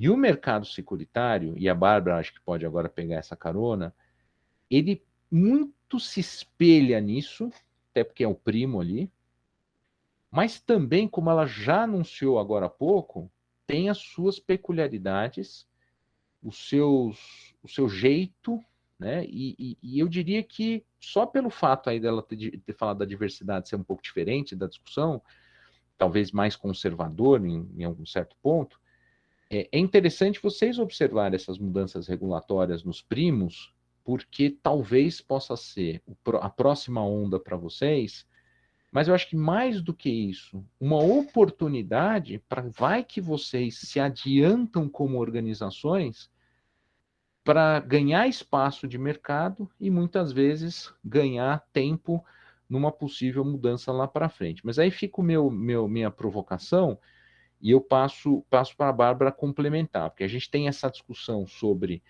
como o mercado de seguros está apropriando a ESG, e aí eu fecho a minha parte dizendo o que o mercado financeiro está trabalhando. Ele está trabalhando em 3 grandes frentes. Quatro grandes frentes. Primeira frente, politize, organize-se em ESG. 2, matriz de risco precisa conter esse componente. 3, quem concede crédito tem que avaliar qualitativamente ESG no destinatário. E 5, eu preciso saber você, como organização do sistema financeiro nacional, eu preciso saber como você, player, pensa ESG, de verdade. Como é que você tem as suas dimensões ESG, eu preciso saber esses 3 letras, como é que você está se estruturando internamente. Então, eu diria que são 4 estratégias regulatórias neste momento no mercado financeiro, e a gente, vamos ver como o mercado securitário está lendo isso, principalmente nessa regulação mais moderna. Aí eu passo para a Obrigada. Bárbara complementar. Obrigada. E realmente, acho que aqui do ponto de vista securitário, na parte de regulação SUSEP, está conversando bastante com a questão financeira toda, apesar da nossa regra ser de 2022, ela foi colocada em consulta pública realmente em 21, já fazia parte, a consulta encerrou no começo de 22, mas ela já fazia parte do plano de regulação 21. Então, ela vem muito em linha com esses pilares que você mencionou em relação à política, em relação à gestão, em relação à divulgação. Talvez aqui a gente vai olhar um pouquinho mais para frente, acho que uma diferença, até pegando aqui a sua expertise para ver se realmente é uma diferença com o paralelo aqui do setor bancário, me parece que a SUSEP ela vai um pouco além quando ela coloca a questão da precificação, né? Ou seja, você olha não apenas para a organização, para a questão de investimento, para parcerias com fornecedores, para entender se eles têm alguma prática ou não ali de ASG, o que ela chama de sustentabilidade, mas aqui ela vai no produto da seguradora, que é na questão de precificação, na questão de mensuração do risco. E essa eu acho que é a grande virada de chave. Eu gostei muito da sua fala quando você mencionou que, olha, o regulador está aprendendo também. E isso a gente vê muito na SUSEP nessa nova era, até linkando com a aula que a gente teve no dia 13, muitas regras novas, o regulador olhou, soltou naquela linha mais principiológica e menos prescritiva, e essa é mais uma regra que a gente vê nesse exemplo, né, de ser mais principiológico e menos prescritivo, e a SUSEP vai aprender junto. Então, como isso vai ser fiscalizado, a gente não tem precedente. Então, vai ser, e até porque, por conta da própria característica, né, do nosso regulador, de ter uma gestão que tem aí um tempo médio de vida de 3 anos, enfim, muda muito. Então, as pessoas que fizeram essa norma não estão mais lá agora, a gente tem uma nova gestão. Quando terminar o prazo de adaptação da nova norma, para a parte de fiscalização, vai ser outra gestão. Então, como isso vai ser fiscalizado? Qual tipo de penalidade? Embora hoje, quando a gente olha lá para 393, que é a regra de penalidade que é trazida pelo nosso regulador, a gente já consiga, pelo menos, pegar aquele artigo geralzão que fala atuação em desacordo com as normas regulatórias, a gente já consiga entender ali alguma questão. Nos parece que, num primeiro momento, vai ser muito mais no caráter educativo, até da SUSEP propiciar e aprender com as seguradoras e propiciar esse momento de, olha, eu posso efetivamente aqui implementar um plano de ação para que isso seja adequado à norma, até porque tem longos prazos de adaptação, do que efetivamente aplicar uma multa ou aplicar uma medida mais drástica, pelo menos a longo prazo, nesse primeiro momento, já que a gente tem só de prazo de adaptação até 2025. Então, não vejo aqui um espírito arrecadatório punitivo, de querer multa, etc., porque não é isso, né? É um caráter muito mais principiológico e está inserido, como o André bem colocou, nós não estamos sozinhos nessa, nós estamos acompanhando a evolução, inclusive aqui do Sistema Financeiro Nacional, e a gente sabe que seguro está ali embaixo, então a gente está olhando aqui para o Ministério da Economia, inclusive. Então, quer dizer, estamos alinhados com os demais setores aqui, com os nossos irmãos, como o André colocou e utilizou o tema. André, se você pudesse só parar de compartilhar sua tela para eu colocar. Eu só vou comentar, só vou mostrar, gente, que no final dos slides tem aqui recomendações, tá, para vocês, tanto de podcasts, revistas, webinars, livros, tá? Esse é o final aqui da nossa parte, vocês vão receber esse material, tá? Então, só para, né, mostrar que tem um finalzinho aqui de material para vocês, né? Deixa eu parar aqui de compartilhar. Então, agradecendo aí, né? Eu vou ficar aqui só agora ouvindo aqui a Bárbara, mas não, imagina, mas o material só para mostrar que ele tem um finalzinho aí, vocês têm aí todo o acesso posterior, tá? Legal, e tem aqui os contatos também do professor André. Se precisar de qualquer coisa, vocês sabem, vocês vão ter meus contatos. Excelente, muito bom. Pessoal, vocês estão vendo aqui a minha apresentação, a minha tela? Agora apareceu, mas ainda agora acho que entrou no modo da apresentação. Tá certo? Estão vendo o slide? Tá escuro ainda. A tela. Não, agora está no modo normal. Deu certo? Ainda não. Ué, que estranho. Vocês não estão vendo minha tela? Estamos vendo a sua tela, mas está no modo não apresentação, está no modo... Tá. Eu acho que eu vou precisar deixar nesse modo mesmo, porque senão ele não vai... E agora, melhorou? Agora sim, agora apareceu. Deixa eu ver aqui. Apareceu? Boa, tá perfeito. Ah, legal, obrigada. Bom, então, gente, como a gente estava conversando, de fato a SUSEP não tirou isso do além, né? A gente conversa realmente com outros setores, com o próprio regulador dentro de um contexto de uma norma que foi colocada em consulta pública. Então, existe realmente essa preocupação cada vez maior, como o André colocou, e a SUSEP não poderia ser diferente dessa preocupação de ASG. Até para falar para vocês um pouco de histórico, a gente já tinha algumas normas esparsas que tratavam do tema muito assim, de forma superficial. Então, por exemplo, até na próxima aula a gente vai falar aqui com a professora Isadora de PLD-FT. A própria regra de PLD-FT, ela menciona num artigo específico que o risco precisa ser avaliado com relação à probabilidade de ocorrência, a magnitude de impacto financeiro, jurídico, reputacional e utiliza a expressão socioambiental. A regra que tratava de investimento, que foi também recentemente alterada, 432, também coloca que os aspectos relacionados a investimento de supervisionada precisam ser geridos também observando-se os aspectos de sustentabilidade ambiental, social e de governança dos investimentos. Isso não é diferente quando a gente olha, então, para a norma, não gosto nem de falar o número, né? Fala a nova circular, que esse número um pouco esquisito, podiam ter pulado, mas enfim, apesar disso, como eu falei no começo da aula, a norma é boa. Quando a gente olha, primeiro de tudo, é a quem essa norma se destina.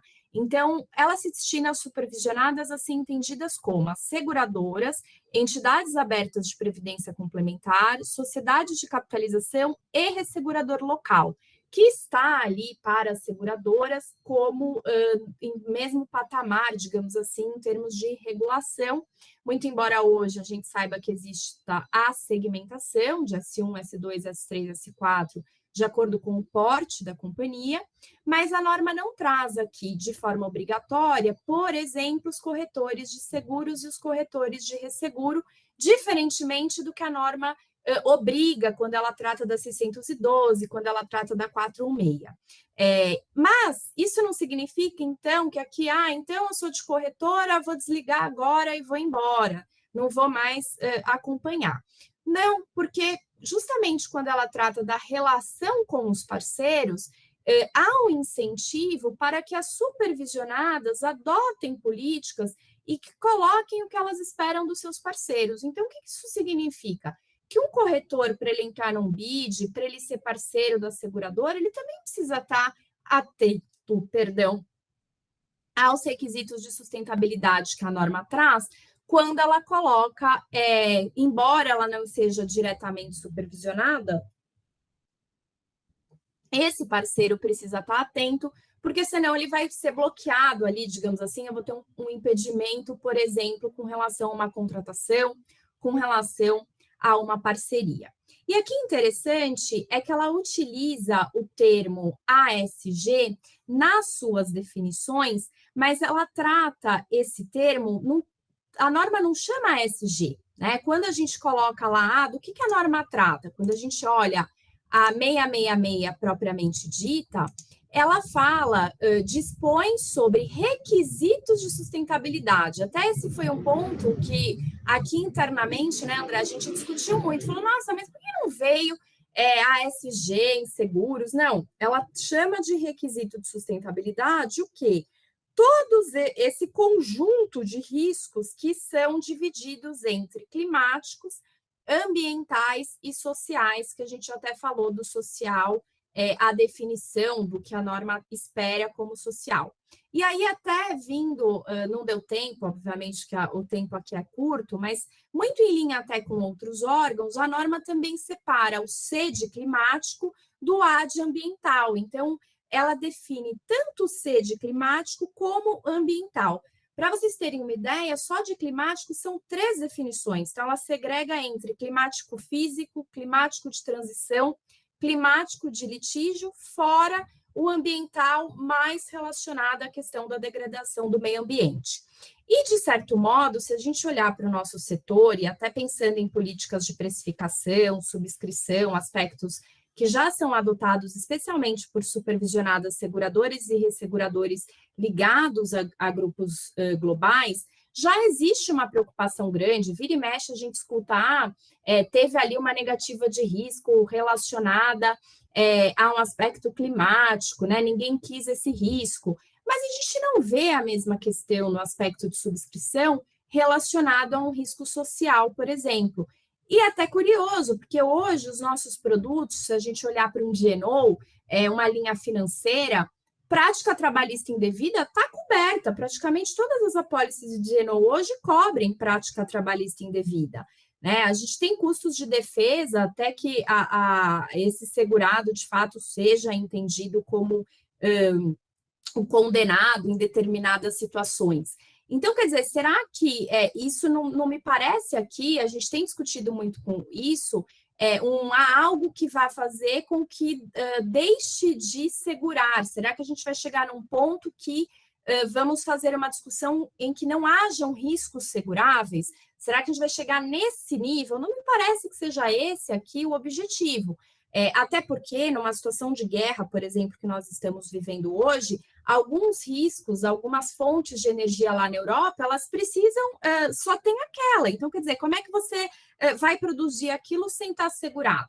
Então, essa política, e nesse ponto a norma é boa nesse sentido, de ser mais principiológica e menos prescritiva, justamente porque essa política ela vai precisar ser aberta ao ponto de propiciar e estar dentro dos requisitos normativos e nessa linha de prática de gestão e de riscos de sustentabilidade, incentivo, mas tomando esse cuidado para que eu também tenha, embora adote critérios de precificação, de mensuração do risco, de subscrição, mas para que eu também não chegue ao ponto de tornar riscos não seguráveis. Muito embora a gente saiba que já tem em determinadas políticas algumas questões, seguradora falando, olha, isso daqui na nossa política é inaceitável, né? Isso eu não vou aceitar de forma alguma. Então, talvez a gente sim caminhe para alguns riscos que sejam não seguráveis, mas isso não pode ser uma regra fechada, porque se a gente viver uma situação de guerra, a gente vai precisar assegurar aquilo de um certo modo, sob pena de não conseguir nem fornecer aquela energia necessária para aquelas pessoas num momento como esse. Então, acho que nesse ponto está, já pensando aqui até por força do tempo, um dos grandes desafios do nosso setor, né? Como efetivamente compatibilizar essa situação de subscrição e de gestão do risco de sustentabilidade propriamente dito.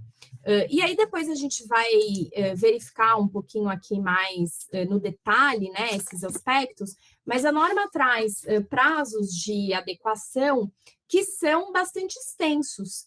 E o primeiro deles é justamente para a política de sustentabilidade, para as maiores, porque a SUSEP entendeu que S1 e S2 já têm, em certa medida, políticas, então, para elas seria mais fácil, ou seja, aquelas seguradoras com maior porte, então, para elas seria mais fácil conseguir agora ter a política já, de uma certa forma, rodando isso, né? E para a gestão dos riscos de materialidade, que é algo que demanda um estudo de materialidade que está previsto na norma, algo que seria mais complexo, portanto, ficou para um segundo momento, para o final do ano que vem para as maiores, para 2024 para S2, e depois um prazo um pouquinho mais extenso ainda em 2024 para S3 e S4. E, por fim, o grande ponto aqui da norma, que é o relatório de sustentabilidade, que a gente conversou bastante sobre isso no decorrer da aula, que é como eu divulgo tudo isso, né? Essa questão da política, a gestão dos riscos, tudo bem, mas deixa eu ver o que você vai fazer.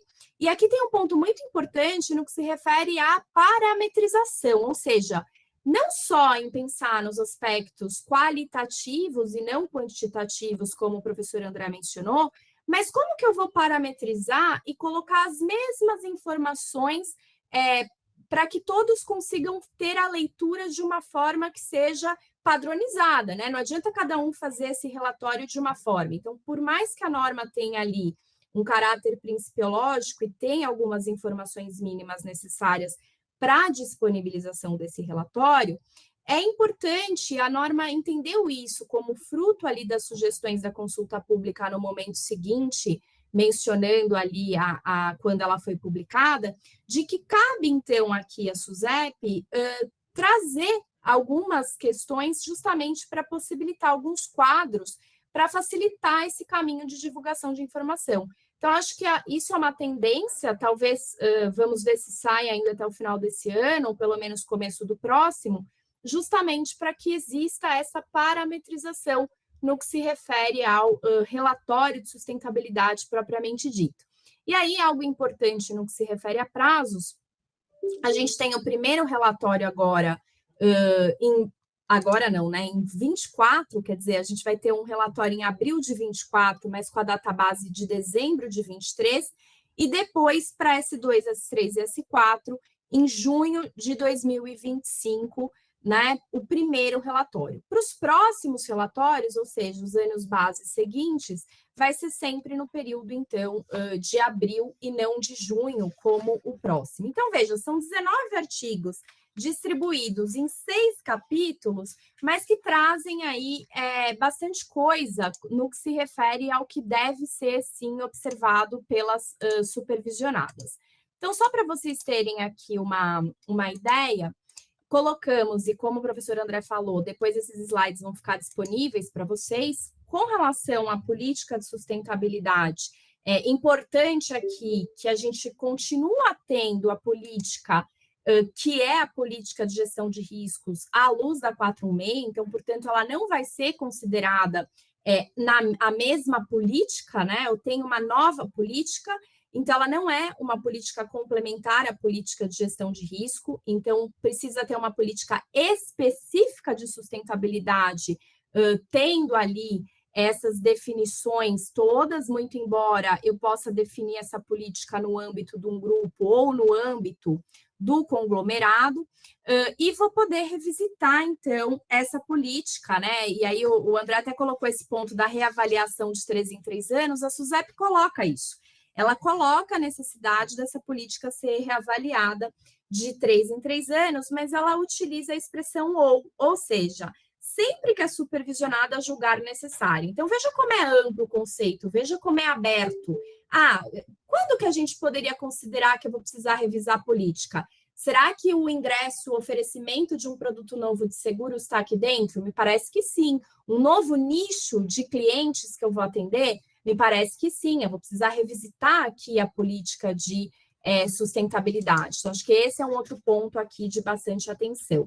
A questão da gestão do risco de sustentabilidade e o estudo de materialidade, que de fato é uma grande inovação e que vai aqui dar um certo trabalhinho, digamos assim, porque, como eu falei, a gente tem aquele estudo da CNSEG de que já temos, em certa medida, aspectos de ESG sendo implementados e estando ali, de algum modo, inseridos nas supervisionadas, mas não temos nada referente, está aqui o estudo de materialidade para identificar, para avaliar, para classificar o risco, levando em consideração essas características de cada atividade. É claro que a norma também dá essa possibilidade da dispensa desse estudo de materialidade. Mas aí, eu volto a dizer, tem também muito da responsabilidade, inclusive da alta gestão, no que se refere à hipótese de dispensa desse estudo de materialidade, porque eu preciso, para dispensar, dizer, então, que esses riscos de sustentabilidade são imateriais. Eu não consigo pensar aqui, depois de tudo que a gente conversou, numa hipótese de imaterialidade para um risco de sustentabilidade, já que foi como o André falou. Ora, hoje a ESG está em tudo, está inserido ali, está intrinsecamente em todos esses aspectos. Então, acho que esse também é um grande desafio de entender o que é imaterial dentro, efetivamente, desse contexto, né, desse estudo de materialidade. Do mesmo modo que a política, o estudo também precisa ser reavaliado no mínimo a cada 3 anos, ou sempre que houver alteração significativa, e aí amplia ainda mais a responsabilidade e os poderes do diretor responsável por controles internos, que eu não sei se algum de vocês aqui ocupam essa posição, ele já tem pouca atribuição, né, digamos assim, coitado, já está com muita coisa no âmbito aí da 416, na questão de gestão de risco, e a questão do estudo de materialidade, ele é mais uma das atribuições aqui do diretor responsável pelos controles internos, na medida em que deve ser por ele aprovado. Aqui um ponto interessante, que depois a gente pode até pensar em termos de concorrência, etc., é olhar um pouco para, poxa, eu preciso também divulgar esse estudo para o público externo. Como vai se dar essa divulgação? Né? Acho que tem vários pontos aqui que a gente pode mencionar. A questão de precificação e subscrição, que nós conversamos no decorrer aqui da aula, então acho que esse é a grande virada, né? A questão efetivamente da análise de como os aspectos de ESG vão impactar no bom segurado, digamos assim, ou no mal segurado, como ele vai ser precificado, se eu vou, de fato, impor restrições ou limites aplicáveis para esse segurado, né? Como que eu vou selecionar os fornecedores e como que eu vou registrar, então, e me relacionar com esses fornecedores. E, por fim, até por força aqui do tempo, a questão, efetivamente, do nosso relatório de sustentabilidade, que a gente já mencionou um pouquinho antes, a questão dos prazos, a necessidade de divulgação e a importância da SUSEP, de fato, padronizar para que haja, então, algo de forma resumido com relação a essa apresentação propriamente dita, que a gente ainda não tem essas tabelas padrão que a SUSEP colocou.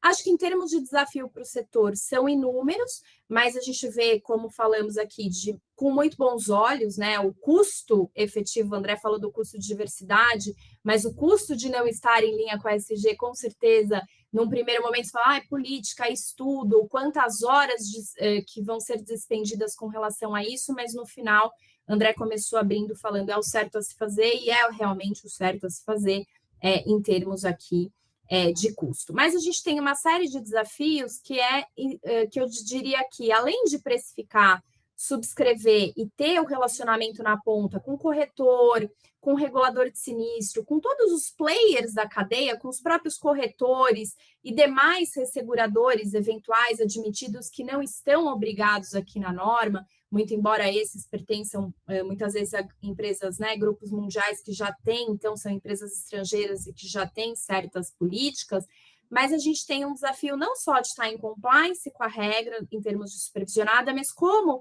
esse compliance vai interagir, então, com o público ali, nesse momento que a gente coloca de fornecedor e na relação de parceria. Para além disso, toda a questão de precificação, de subscrição, mas mais do que isso, acho que aqui um dos principais desafios de integração ESG é a capacitação e o treinamento das equipes, ou seja, como aprimorar essas percepções de ASG e elaborar essas estratégias no todo. Eu gostei muito da fala aqui da aula do André, quando ele mencionou a questão, efetivamente, ora, eu estou aqui olhando para o... eu não posso ser o SG não pode ser uma coisa que a gente fala de, ora, eu não posso falar aqui de ASG e dizer que o ASG está lá por estar, né?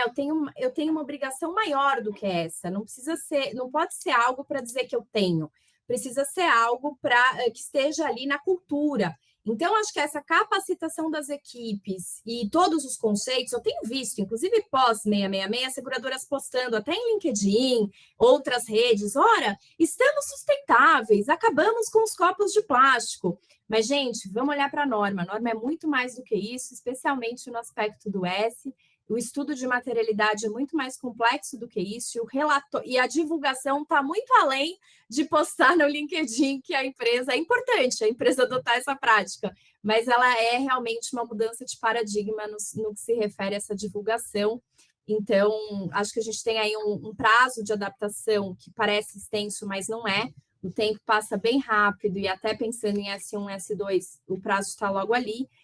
Então, realmente, vocês estão super certos de estarem olhando para isso e efetivamente estudando o tema, e com certeza a implementação dessas mudanças, elas são absolutamente necessárias e vão contribuir a longo prazo, não apenas para um sistema de governança das seguradoras, dos seguradores, das supervisionadas, mas, na minha visão, para um processo educativo do próprio cliente. Então, até brinco que a gente vai ter a arte de elaborar o questionário de avaliação de risco. A gente percebe que os questionários de avaliação de risco, eles sofreram grandes mudanças na época da pandemia, por exemplo, incluindo aquelas perguntas sobre o que a empresa fez na pandemia, como é que está a situação, houve algum impacto decorrente da pandemia? Provavelmente agora a gente vai precisar revisitar esses questionários e incluir, para entender se esse segurado, para entender se esse tomador, no momento ali da cotação, o que ele pratica em termos de ASG? Como é que está a situação do ponto de vista ASG? Então, acho que são diversos desafios, não só para dentro, para os parceiros, mas especialmente com os próprios clientes, que nós vamos ter aí nos próximos anos, diversas questões que o setor vai contribuir até na educação desse bom segurado, digamos assim, né? Então, bom, acho que ficou um pouquinho corrido aqui, mas com certeza a melhor parte foi do André. Depois a gente fica à disposição, disponibiliza essas duas apresentações. E, enfim, a gente também tem falado bastante sobre o tema em outros fóruns, então qualquer dúvida que vocês tenham também especificamente sobre a circular, vocês também têm meus contatos, tem também agora os contatos do professor André, e a gente está super à disposição, e até por força do tempo aqui a gente encerra hoje, mas as dúvidas continuam. Eu até vi uma colega da outra aula que me mandou uma mensagem no LinkedIn com uma dúvida, eu vi, mas eu não tive tempo ainda de responder, mas eu prometo que eu respondo muito em breve. E obrigada, pessoal, foi um prazer. Quinta-feira tem mais aqui com a professora Isadora sobre PLDFT. E, André, por favor. Eu queria agradecer aqui a turma, todos. A turma dos seguros é firme, viu, Bárbara? Eu gostei aqui, perguntas, né? E como ela disse, a gente está à disposição, tá? É um prazer estar aqui, né, na OAB, com a ESA, com toda a equipe aí tem o pessoal aí da técnica que está no fundo nos ouvindo aí, quem estiver nos assistindo aí na gravação também, obrigado. E, pessoal, mais uma vez, ótimo fim de ano aí para todo mundo, e que o setor de seguros possa abraçar essa visão ESG ou ASG, que acho que é muito importante, como a Bárbara falou, para vocês educarem também os outros, né? Vocês fazendo uma boa lição de casa, vocês automaticamente impactam os outros pela importância do setor. Bárbara, querida, de coração, obrigado pelo convite, uma honra estar aqui com vocês, e contem comigo sempre que precisarem. Obrigada, André, a honra é minha, obrigada pela parceria, obrigada ao ABESA, obrigada, professora Angélica, pela oportunidade, pela confiança de estarmos aqui. Obrigada a vocês também que ingressaram, ficaram conectados até o momento. E depois, para a turma da gravação também, fica o nosso alô e até a próxima. Obrigada, pessoal. Um abraço, ótimo dia. Obrigado, gente. Ótimo dia. Obrigada, André. Obrigado, Bárbara. Obrigado, gente.